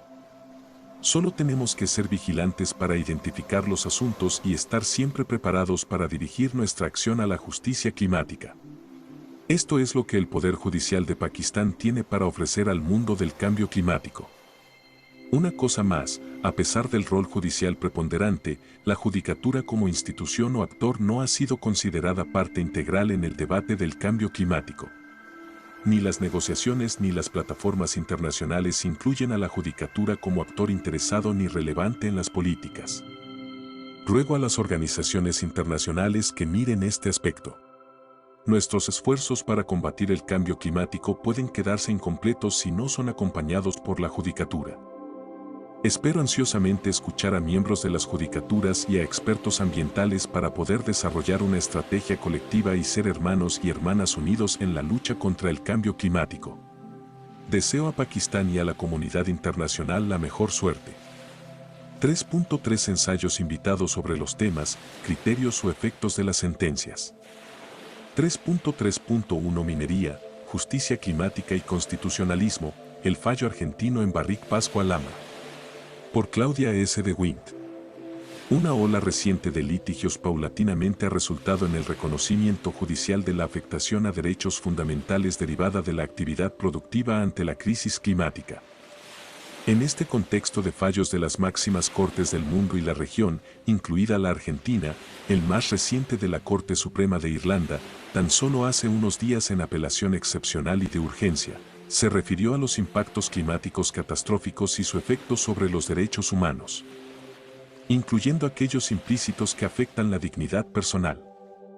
En el caso argentino, al leer por vez primera el fallo de la Corte Suprema de la Nación sobre el emprendimiento Barrick Pascual Lama, debatí su pertinencia jurídica regional.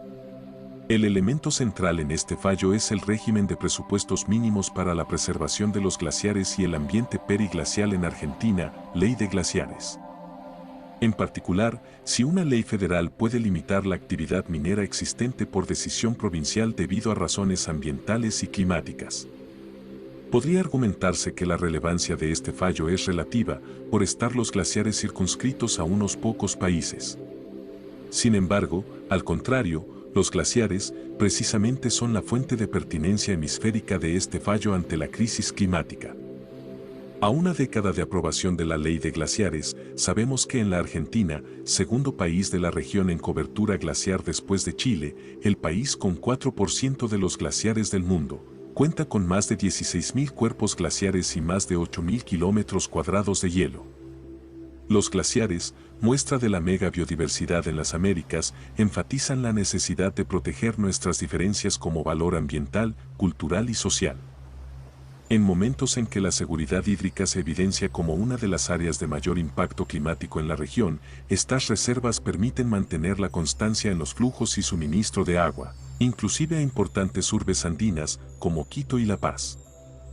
Hace unos años la empresa minera Barrick y Exploraciones Mineras Argentinas S.A. iniciaron una acción declarativa de nulidad y de inconstitucionalidad de la Ley de Glaciares.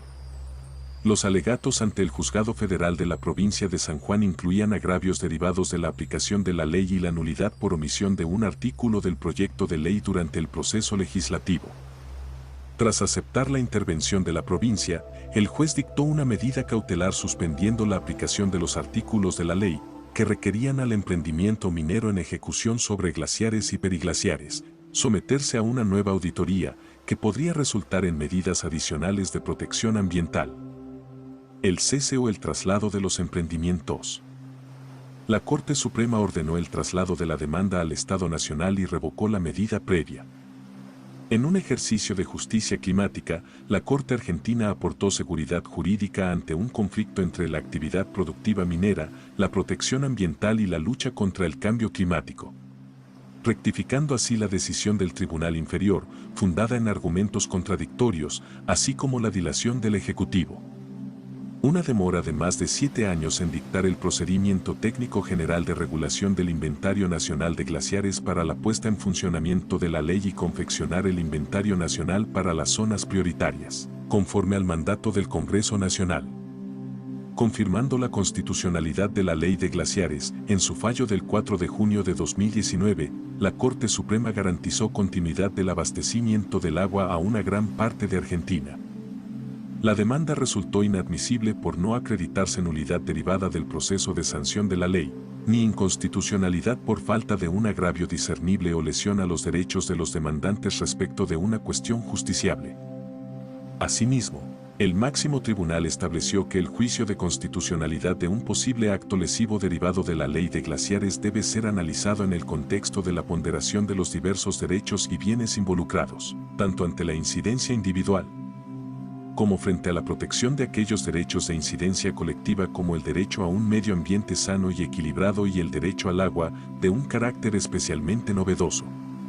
En este sentido sienta precedente para otros importantes fallos de la Corte, como el reciente sobre el río Atuel entre La Pampa y Mendoza.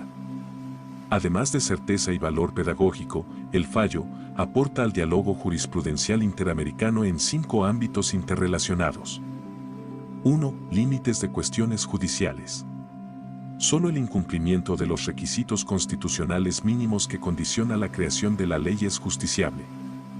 De no acreditarse un acto en ciernes que concretice la controversia, podría generarse una prematura intervención judicial, a riesgo de intervenir, a través del ejercicio del control de constitucionalidad, en cuestiones de política ambiental que pueden ser resueltas por el diálogo federal antes que por la intervención de los jueces. Límites jurisdiccionales y federalismo ambiental. El federalismo concertado y los presupuestos mínimos ambientales tienen el objetivo de instrumentar el logro del fin constitucional de un ambiente sano, equilibrado, apto para el desarrollo humano. Artículo 41 de la Constitución Argentina. Las autoridades deben adaptar la gestión de los recursos naturales a las directivas de la cláusula ambiental. 3. Aplicación progresiva de los derechos fundamentales. La dilación de la autoridad cobra especial gravedad cuando el objetivo de la ley es la protección de bienes con un valor ambiental, económico y social crítico para la población actual y las generaciones futuras. El Acuerdo de París se interpreta para dar una respuesta progresiva y eficaz a la amenaza apremiante del cambio climático. 4. Interés individual y colectivo en el control de la convencionalidad. Los tratados son un compromiso federal y el consenso internacional sobre los objetivos de bien común debe considerarse en la garantía de los derechos fundamentales. En este caso, cuando el legislador conectó los efectos de ciertos procesos extractivos, la posible incidencia de la minería a gran escala en ciertas regiones del país, sobre la preservación y conservación de los glaciares como reservas estratégicas proveedoras de agua para el planeta. La perspectiva global emergente del derecho del cambio climático invita a reforzar la visión policéntrica propuesta para los derechos colectivos, al tiempo que evidencia la dificultad del proceso bilateral tradicional para responder a la problemática ambiental. 5. Justicia climática. En el marco del Acuerdo de París se debe reconocer la importancia de evitar, reducir al mínimo y afrontar las pérdidas y los daños relacionados con los efectos adversos del cambio climático y la contribución del desarrollo sostenible a la reducción del riesgo de pérdidas y daños. El Acuerdo de París se refiere a la importancia de la justicia climática en las acciones climáticas. El fallo de la Corte Suprema de Justicia de la Nación, de manera innovadora, aporta a la noción de justicia climática su utilidad y ofrece elementos de definición. Un legado de la Corte Suprema de la Nación en este fallo, ante la crisis y litigios climáticos de nuestro tiempo, es el entendimiento de justicia climática como la perspectiva que intenta integrar una multiplicidad de actores para abordar de manera más sistémica la protección de los ecosistemas y la biodiversidad. Nuestra casa común para las presentes y futuras generaciones. 3.3.2 Economía Nacional, Política Energética y Cambio Climático en México por Gustavo Alanis Ortega Anait Velasco. Habría que repensar la pertinencia de las políticas energéticas actuales en beneficio de la economía nacional y de la salud de las personas. No se trata de detener el crecimiento, el desarrollo, las inversiones o la creación de empleos, de lo que se trata es de que eso se haga de una manera ambientalmente responsable respetando el capital natural, las leyes que le son aplicables y los derechos humanos de las personas, todo esto en beneficio de nosotros mismos. Al final del día, todos dependemos en nuestro día a día de las condiciones ambientales y de los recursos naturales. Si estos no se encuentran en buen estado, nosotros tampoco lo estaremos. Hasta hace algunos años, se reconocía a México por ser un país líder en las negociaciones de cambio climático. Si bien es cierto que existían importantes retos para cumplir lo que en la escena internacional se comprometía, es cierto también que al menos se tenía una meta referente que detonaría importantes procesos nacionales para implementar efectivamente dichos compromisos. Al respecto, basta mencionar la publicación de la Ley General de Cambio Climático, los 2 programas nacionales de cambio climático, la Estrategia Nacional y la Ley de Transición Energética, entre otros. Todavía en 2015, México destacó por ser el primer país en desarrollo en presentar, en el marco del Acuerdo de París, su contribución determinada a nivel nacional, NDC, y aunque desde aquel momento se calificó como un instrumento con metas insuficientes para hacer frente a la emergencia climática. Al menos en el ámbito nacional se impulsaban políticas en favor de la transición energética y se contaba con una arquitectura institucional y financiera que facilitaba dicha transición. 5 años después, en diciembre de 2020, México presentó una NDC actualizada cuyas metas están lejos de cumplir con el principio de progresividad que mandata el artículo 3 del Acuerdo de París, pues solo se ratifican las metas de reducción de emisiones del 22% al año 2030, como ya se había hecho en 2015. Lo cual ha sido calificado internacionalmente como metas altamente insuficientes. Asimismo, se pretende encubrir la falta de ambición climática que ha mostrado la presente administración bajo el principio de las responsabilidades comunes pero diferenciadas, la cual señala que todos los estados tienen responsabilidad de abordar los desafíos del cambio climático. Pero no todos tienen las mismas obligaciones ni responsabilidades respecto de esos desafíos. México ocupa el lugar 13 como país emisor de gases de efecto invernadero. No obstante, la fallida política climática nacional antepone las condiciones socioeconómicas del país para justificar la falta de ambición, pervirtiendo así la aplicación efectiva de este importante principio contenido en el artículo 3 de la Convención Marco de la ONU sobre Cambio Climático. Desconocer la emergencia climática no solo implica ignorar la evidencia científica, sino que además minimiza las voces legítimas de todas aquellas personas afectadas por el cambio climático y cuya preocupación se ha dejado escuchar a través de movimientos sociales y estudiantiles. En un marco de respeto a los derechos humanos como al que aspira nuestro país, los impactos del cambio climático se traducen en posibles violaciones que atentan contra el goce efectivo de esos derechos, entre los que destacan los derechos humanos a un medio ambiente sano, a la salud, a la alimentación, a una vivienda digna y al agua. En ese sentido, organismos internacionales tales como la Comisión Interamericana de Derechos Humanos, CID, han abierto espacios para escuchar las demandas legítimas de la sociedad. De especial preocupación resulta la actual política, tanto presupuestal como energética. Por un lado, bajo la supuesta austeridad y transparencia se desaparecieron importantes fondos, entre ellos el de cambio climático, lo que hace difícil el cumplimiento de los compromisos climáticos. Pues será más complicado captar y canalizar recursos de la cooperación internacional destinados a este fin. Por otro lado, bajo la excusa del fortalecimiento de la soberanía energética, Se han puesto en marcha reformas legislativas que pretenden culminar con una reforma constitucional que ya ha sido anunciada y cuyos efectos son retrasar si no es que detener la transición energética. Al privilegiar a empresas como Pemex y CFE, que carecen de planes y proyectos de reducción de emisiones y, por el contrario, cuya actividad se pretende intensificar a través de la explotación de fuentes fósiles, México está avanzando en el camino totalmente contrario al que debería y con ello incumpliendo la Constitución Política de México. La Ley de Cambio Climático, la Ley de Transición Energética, así como el texto del Acuerdo de París. Aunado a lo anterior, hay que considerar las implicaciones que en materia comercial tendrán estas políticas.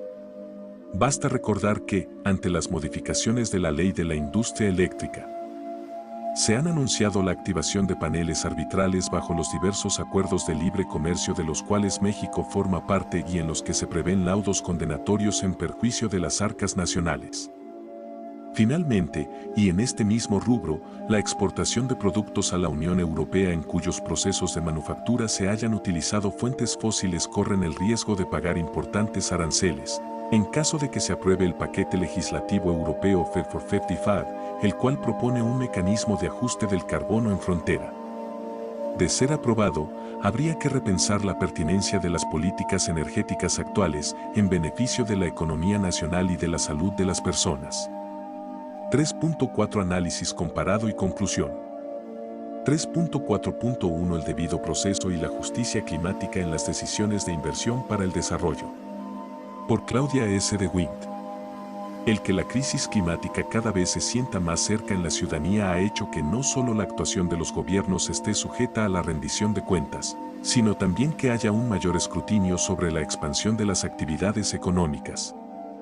En particular, aquellas que por sus emisiones de gases efecto invernadero tienen mayor impacto en el cambio climático y en cómo éste afecta a la humanidad. En tal contexto, la rendición de cuentas abarca tanto la actuación de los poderes del Estado, como la responsabilidad fiduciaria de la empresa más allá de sus accionistas. Las decisiones económicas están cada día más sujetas al filtro de la legalidad y la legitimidad frente a criterios de justicia, incluidos el debido proceso y la sostenibilidad. Por ejemplo, en Estados Unidos, la Corte Suprema de Hawái determinó que la cláusula del debido proceso no solo protege de afectaciones patrimoniales a una asociación sin fines de lucro y sus miembros, sino que protege su derecho a un medio ambiente limpio. Esa protección jurídica garantizada por la Corte confirma el derecho del público a intervenir en los procedimientos en la Comisión de Servicios Públicos del Estado de Hawái. La comisión denegó la intervención en un procedimiento para aprobar un acuerdo renovado de compra de energía con el molino Punene, aún existiendo evidencia sobre los niveles de contaminación del molino. El cumplimiento de la ley de aire limpio y los estándares estatales de una cartera de renovables como parte de la lucha contra el cambio climático.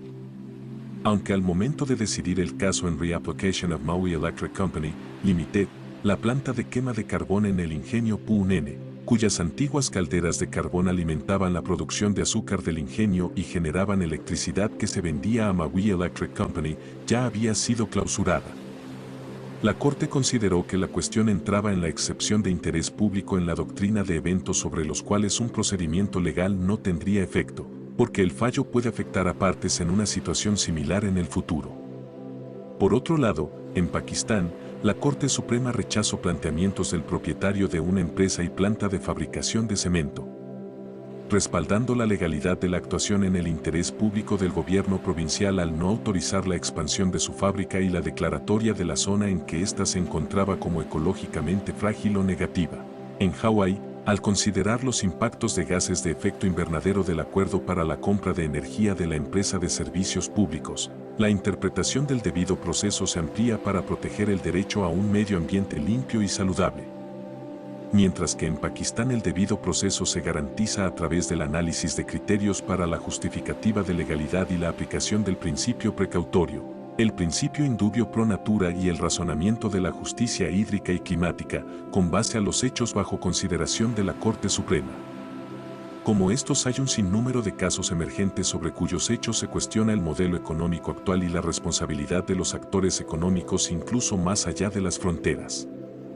Utilizando diferentes mecanismos de legitimación activa de obrar y medios para garantizar el debido proceso, Los fallos en estos dos casos y en el del emprendimiento Barrick Pascual Lama son una muestra de cómo las disputas relacionadas con el cambio climático han evolucionado a una nueva y diversa clase de acciones judiciales. Estas a su vez se deciden sobre la base de nuevos filtros con fundamento en el Estado de Derecho y las fuentes del derecho internacional. En este sentido, cabe destacar que si bien el derecho al desarrollo es parte integrante de los derechos humanos fundamentales, y debe realizarse satisfaciendo equitativamente las necesidades de las generaciones actuales y futuras en materia de desarrollo y medio ambiente, la falta de desarrollo no puede invocarse como justificación para limitarlos.